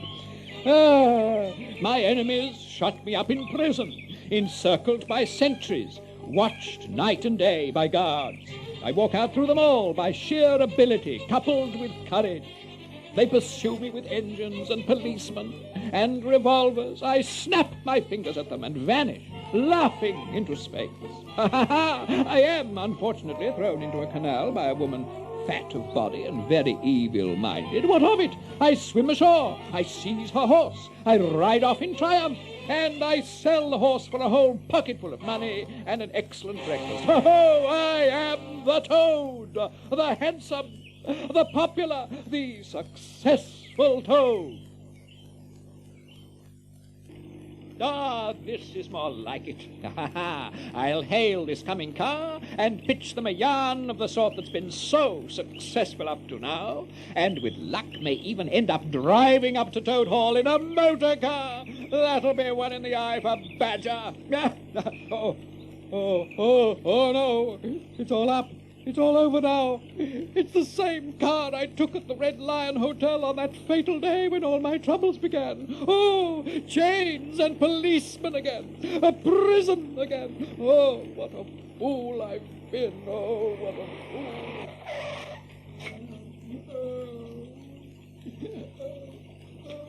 Oh, for sake, this is very sad. Here's a poor old thing, a washerwoman, apparently, who's fainted in the road. Perhaps she's overcome by heat. Poor creature. Probably hasn't had any food today.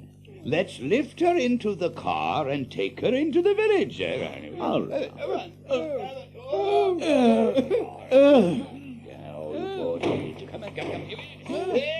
Sit right there.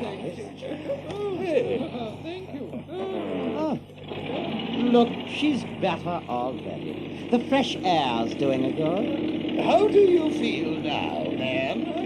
I'm feeling a great deal better, thank you. Oh, good. Now, keep quite still and don't try to talk. No, I won't. I was only thinking if I might sit on the front seat there, beside the driver, where I could get the fresh air, you see, full in my face. Yes, I should soon be all right again. Oh, what a very sensible woman. Of course you shall.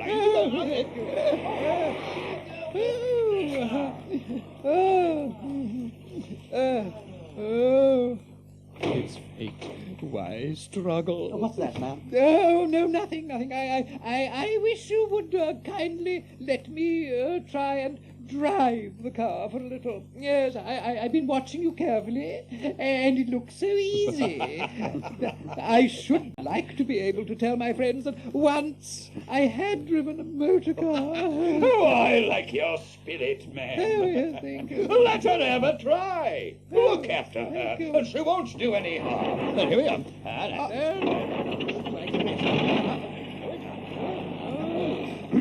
Yes, good. Well, she doesn't. Fancy a washerwoman driving a car as well as that. The first time.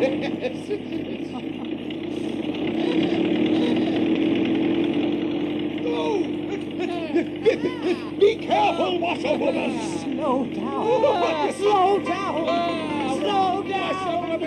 Washerwoman indeed.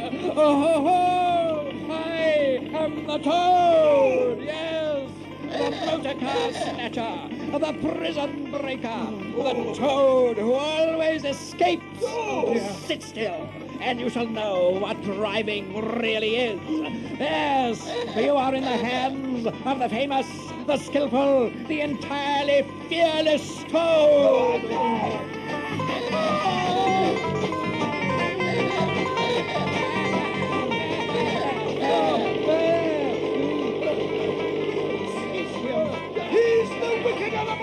Who stole our motor car? Down with the desperate and dangerous Toad! They should have remembered to stop the car before seizing Toad. With a half turn of the wheel, the Toad sent the car crashing through the low hedge that ran along the roadside. One mighty bound, a violent shock, and the wheels of the car were churning up the thick mud of a horse pond. Toad found himself flying through the air with the strong upward rush and delicate curve of a swallow. Then, with a thump, he landed on his back in the soft, rich grass of a meadow. Sitting up, he could just see the car in the pond, nearly submerged. The gentlemen were floundering helplessly in the water. He picked himself up rapidly and set off running across country as hard as he could, scrambling through hedges, jumping ditches, pounding across fields till he was breathless and had to settle down into an easy walk. Toad again. Toad, as usual, comes out on top. Who was it got them to give him a lift? Oh, who managed to get on the front seat for the sake of fresh air? Who persuaded them into letting him see if he could drive? Who landed them all in a horse pond? Who escaped, flying gaily and unscathed through the air, leaving the narrow-minded, grudging, timid Sunday drivers in the mud where they should rightly be. Why, Toad, of course. Clever Toad. Great Toad. Good Toad.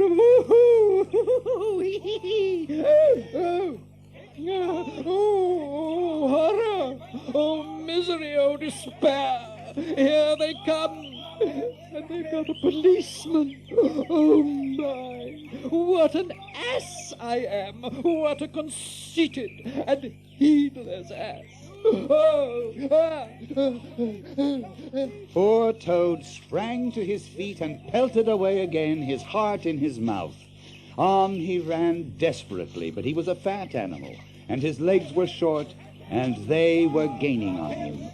Ceasing to heed where he was going, he struggled on blindly and wildly, looking back over his shoulder at the enemy closing in on him. Suddenly the earth failed under his feet. He grasped at the air, and he found himself head over ears in deep water, rapid water. In his blind panic, he had run straight into the river. Swiftly the water bore him along, then down he went and came up breathless and spluttering. Presently he saw that he was approaching a big, dark hole in the bank, just above his head. He reached up with a paw and caught hold of the edge and held on. Then, slowly and with difficulty, he drew himself out of the water. As he sighed and puffed and stared before him into the dark hole, some bright, small thing shone and twinkled in its depths, moving towards him. As it approached, a face grew up gradually around it, and it was a familiar face, brown and small with whiskers, grave and round with neat ears and silky hair. It was Water Rat.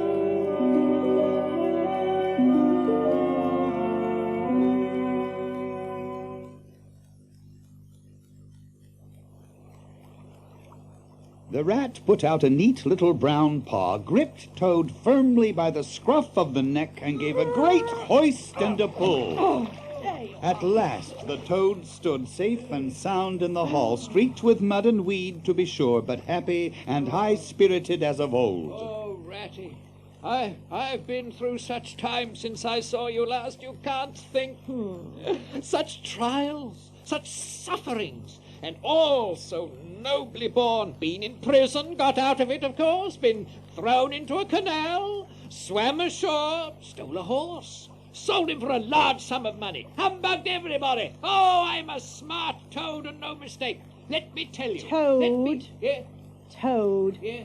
Go off upstairs at once and take off that old cotton rag that looks as if it might formerly have belonged to some washerwoman, and clean yourself thoroughly, and put on some of my clothes and try and come down looking like a gentleman if you can. Of course. For a more shabby, bedraggled, disreputable-looking object than you are, I never set eyes on in my whole life.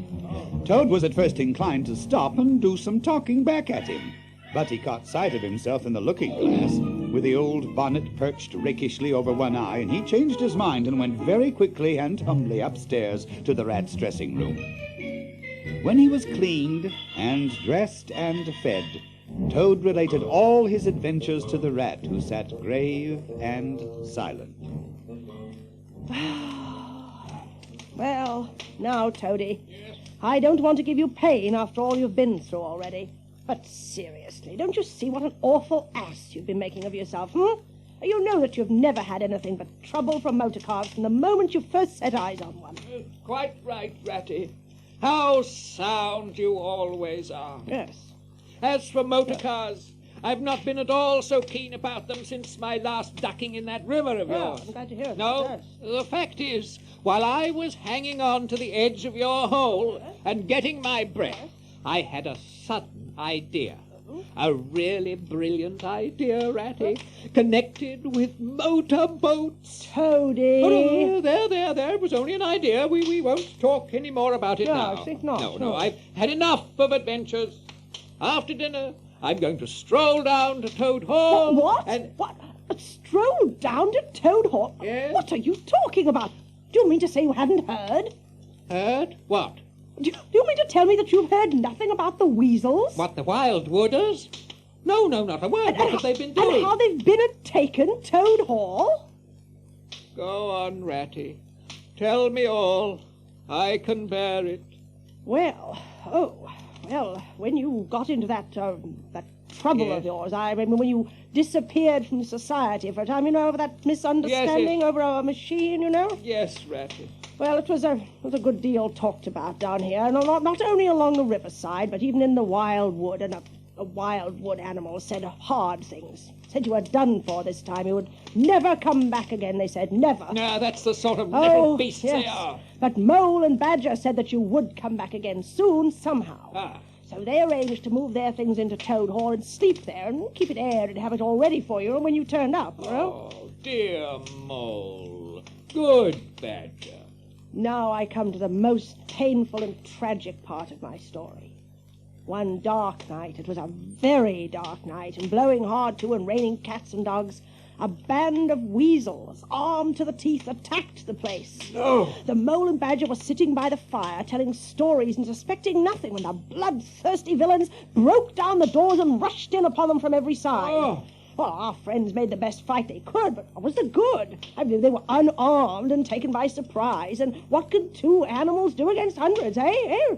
So the Wild Wooders have been living in Toad Hall ever since, eating your grub and drinking your drink, and making bad jokes about you and singing vulgar songs about, prisons and policemen and judges and all that. They have they? I'll jolly soon see about that. Oh, it's no good, Toad. Sit down. They're armed. We can do nothing until we hear from the Mole and the Badger.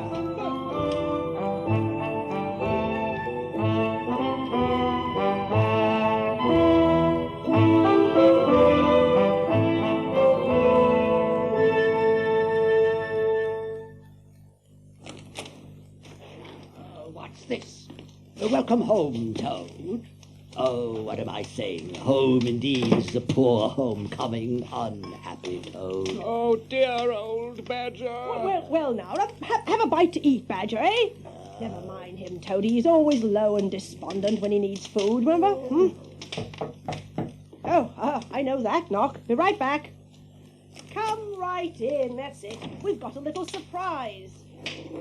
Hooray! Here's old Toad! We never dreamt you'd turn up so soon. Why, you must have managed to escape, you clever, ingenious, intelligent Toad. Clever? Oh, well, dear. not according to some. Oh, Toady. Oh, I've only broken out of the strongest prison in England, that's all. And really? captured a railway train and escaped on it, that's all. And disguised myself and gone about the country humbugging everybody, that's all. Well, supposing you talk while I eat.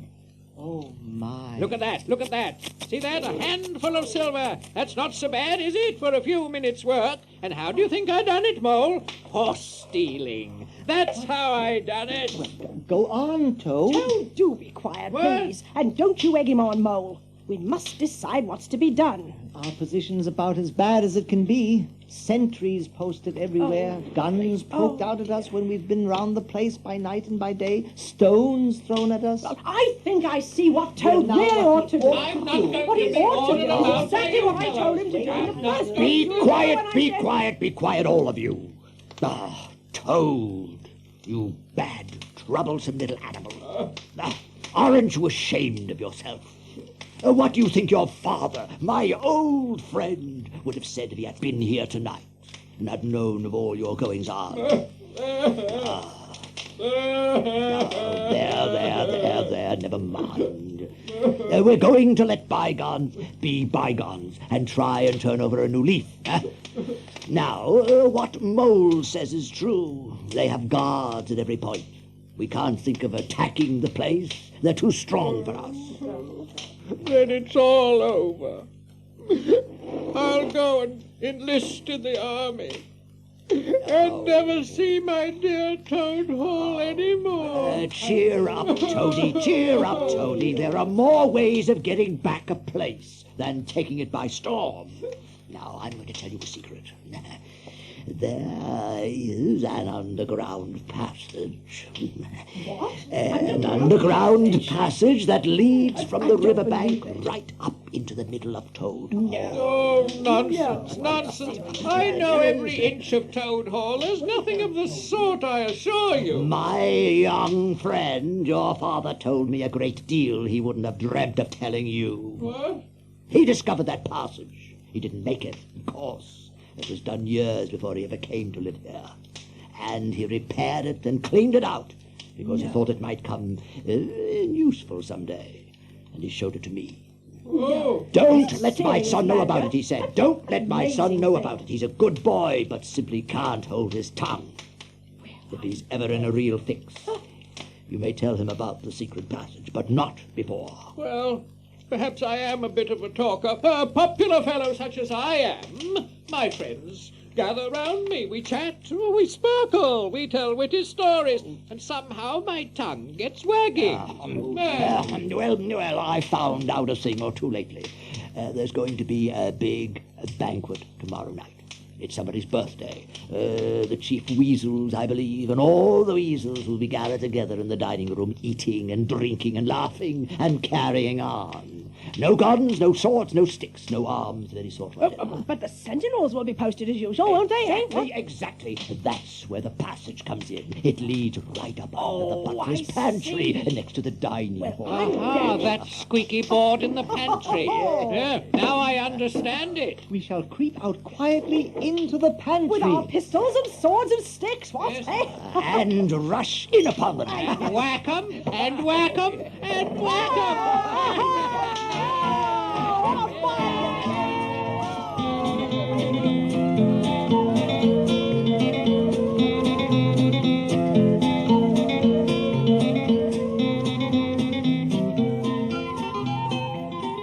Toad slept till a late hour next morning, and by the time he got down to eat, he found that the other animals had finished their breakfast some time before.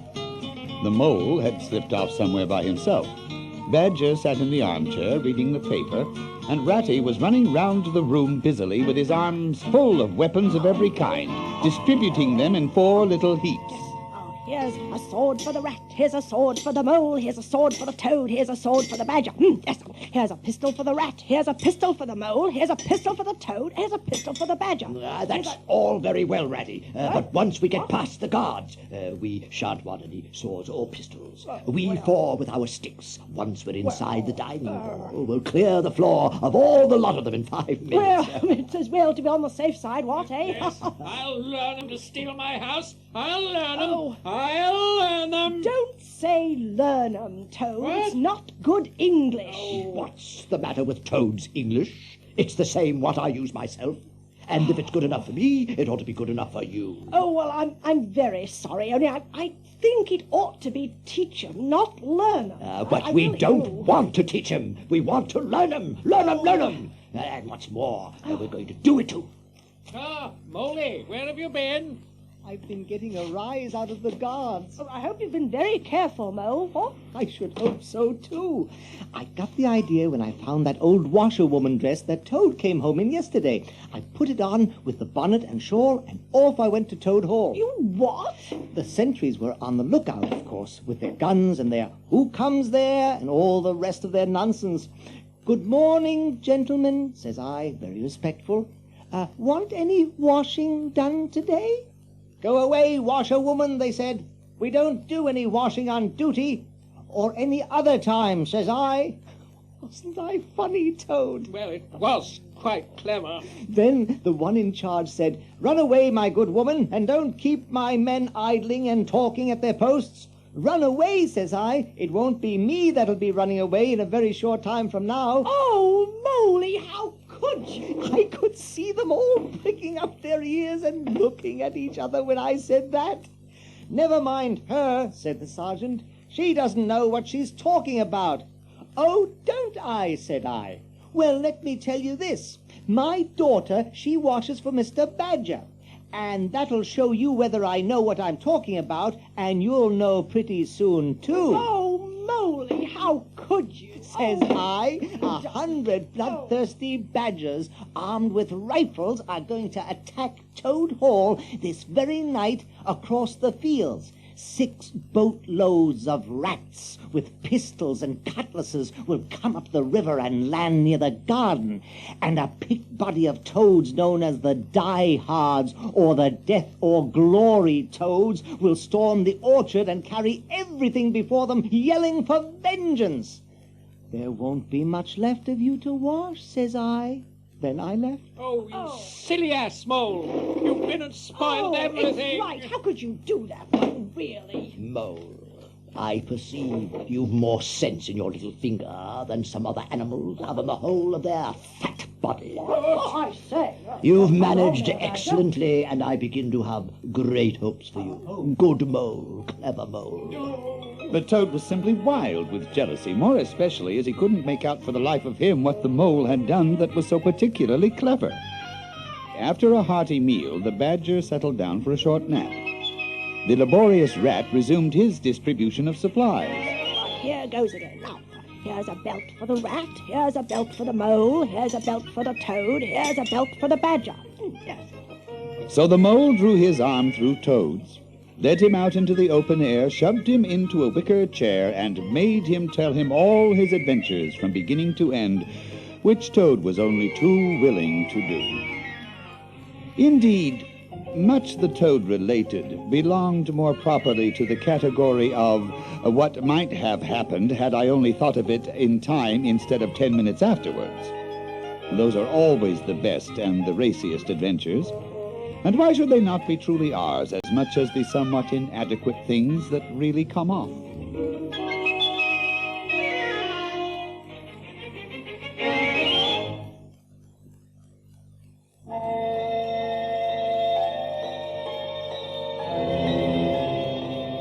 When it began to grow dark, the Rat, with an air of excitement and mystery, summoned them to the little heaps of weapons and supplies and proceeded to dress them up for the coming expedition.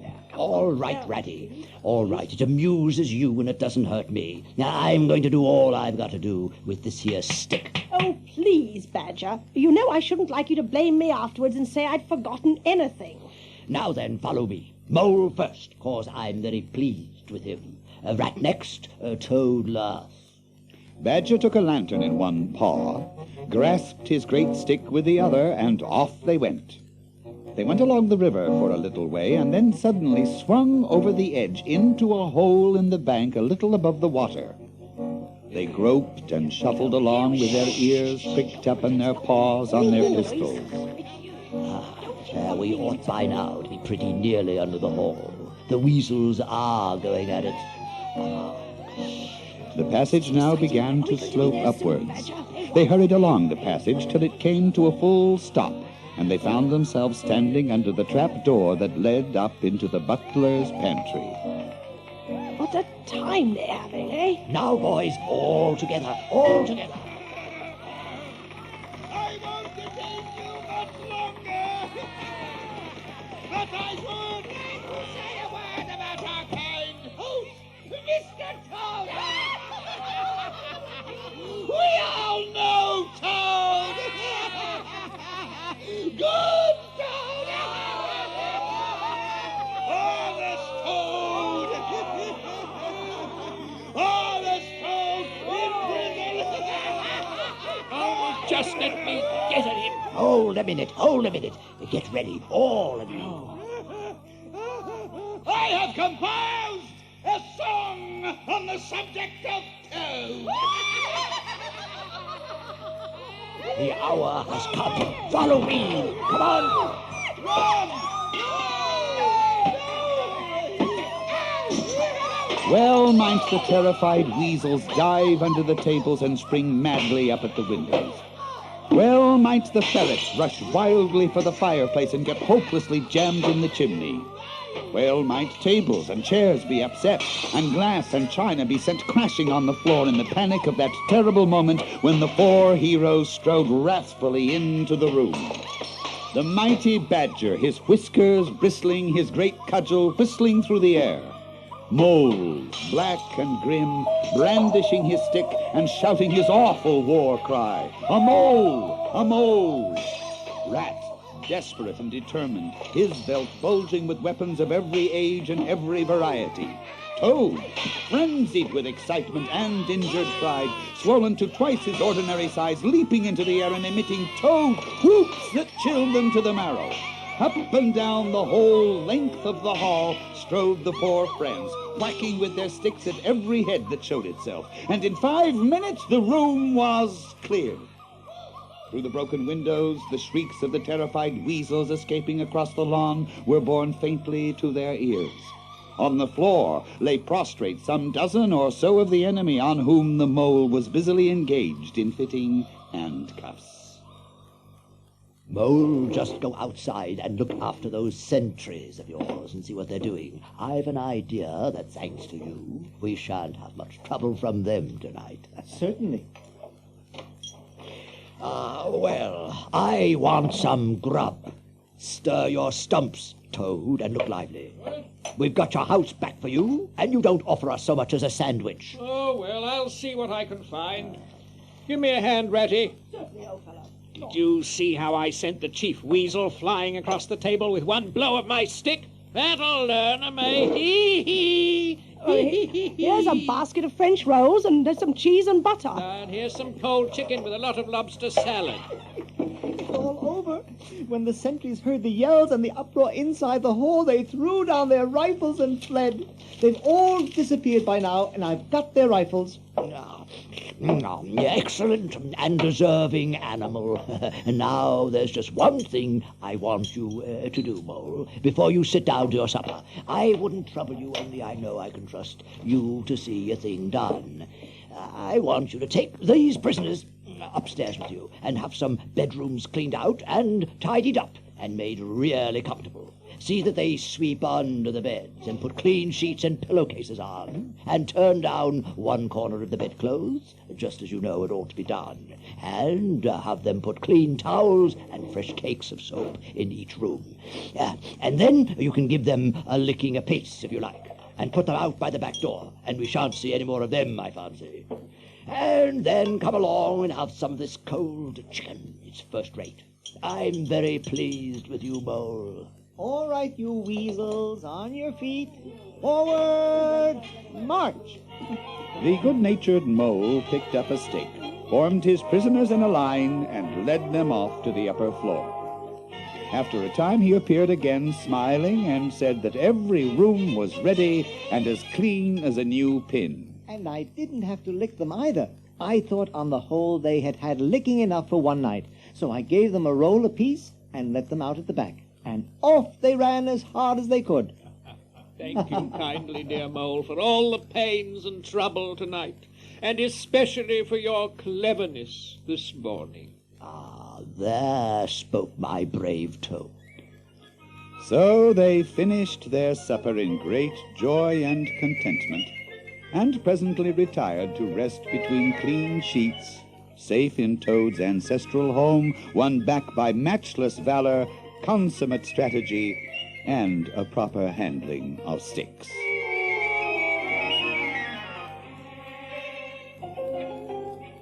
The following morning, Toad, who had overslept himself as usual, came down to breakfast disgracefully late and found the table piled with dirty dishes and breakfast things. Outside, he could see the mole and the water rat sitting in wicker chairs, evidently telling each other stories, roaring with laughter and kicking their short legs up in the air. Badger sat in an armchair reading the morning paper. I'm sorry, Toad, but I'm afraid there's a heavy morning's work in front of you. You see, we really ought to have a banquet at once to celebrate this affair. It's expected of you. In fact, it's the rule. Oh, all right. Anything to oblige. I'll bear a hand too, and take my share of the burden. I'll order the banquet. Now sit down at that table and write invitations to all your friends. What, me stay indoors and write a lot of rotten letters on a jolly morning like this, when I want to go around my property and enjoy myself? But what is my pleasure or convenience compared with that of others? You wish it done, and it shall be done. Go, Badger, order the banquet, order what you like, then join our young friends outside in their innocent mirth, oblivious of me and my cares and toils. I sacrifice this fair morning on the altar of duty and friendship. The Badger looked at him very suspiciously. Toad left the room and went directly to his writing table. He would write the invitations, and he would take care to mention the leading part he had taken in the fight and how he had laid the chief weasel flat. And he would hint at his adventures, and what a career of triumph it was. He sketched in his head the program for the evening. Speech by Toad, address by Toad, songs by Toad. He worked very hard and got the letters finished by noon. One of the weasels, who had been a prisoner the night before, very respectful and anxious to please, took the invitations and set off to deliver them. Later, as Toad was swaggering off in the direction of the garden where he wanted to think about his coming speeches, the rat caught him by the arm.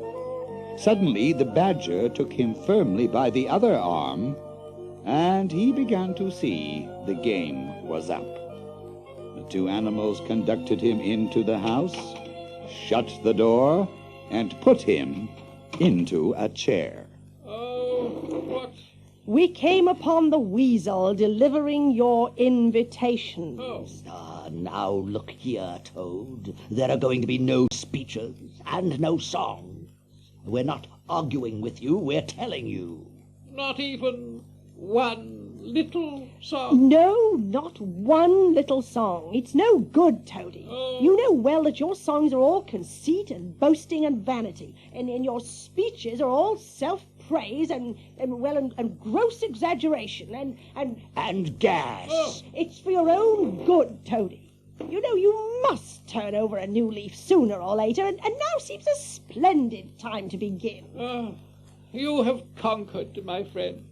It was, to be sure, but a small thing that I asked, to let myself go and hear the tumultuous applause that always seems to me, somehow, to bring out my best qualities.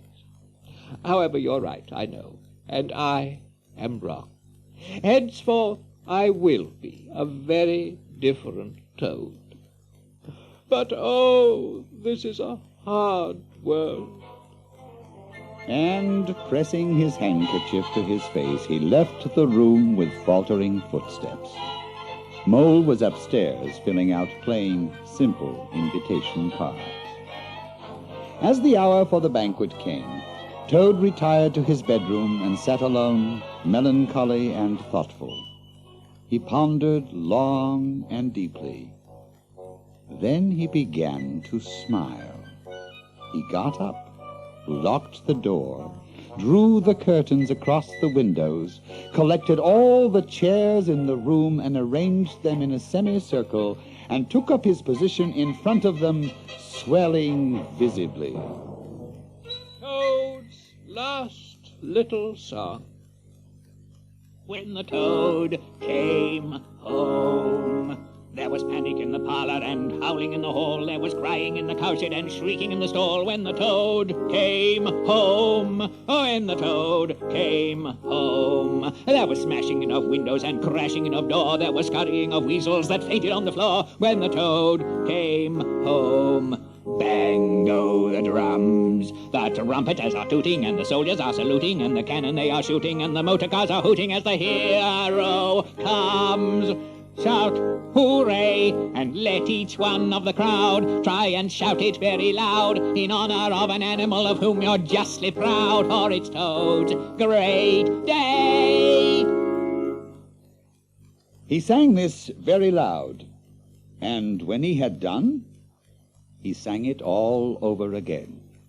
Then he heaved a deep sigh, a long, long, long sigh.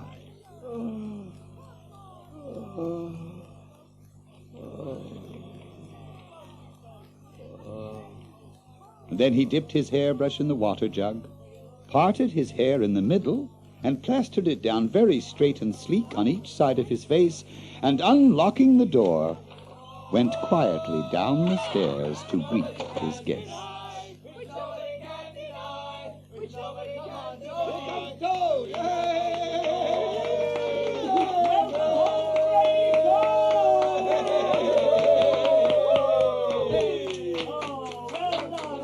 Not at all, not at all.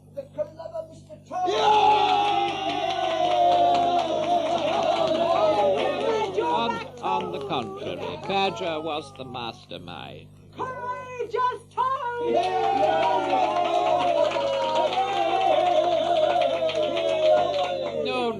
No. The mole and the water rat bore the brunt of the fighting. I merely served in the ranks and did little or nothing. Too humble! Too humble! Enough of this. Let's see what the Badger has ordered.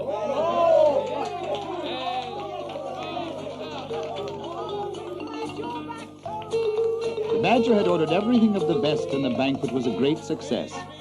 After the meal was finished, the animals began to knock on the table and cry for a speech.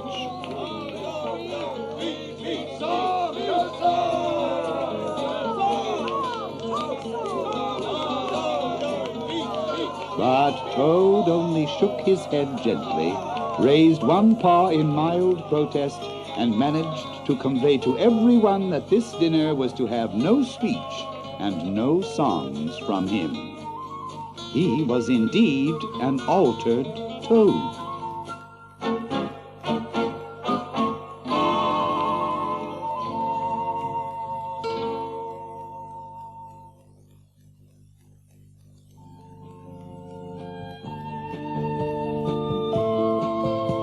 You've been listening to The Wind in the Willows by Kenneth Graham. The final episode in a 6-part series adapted for radio by Bob Lewis, and featuring Ray Reinhardt as Mole, Bernard Mays as Toad, Eric Bowersfeld as Badger, Mac McCadden as Ratty, and Gail Chugg as the narrator. The Mind's Eye is produced and copyrighted by Radio 2000 for this subscribing station.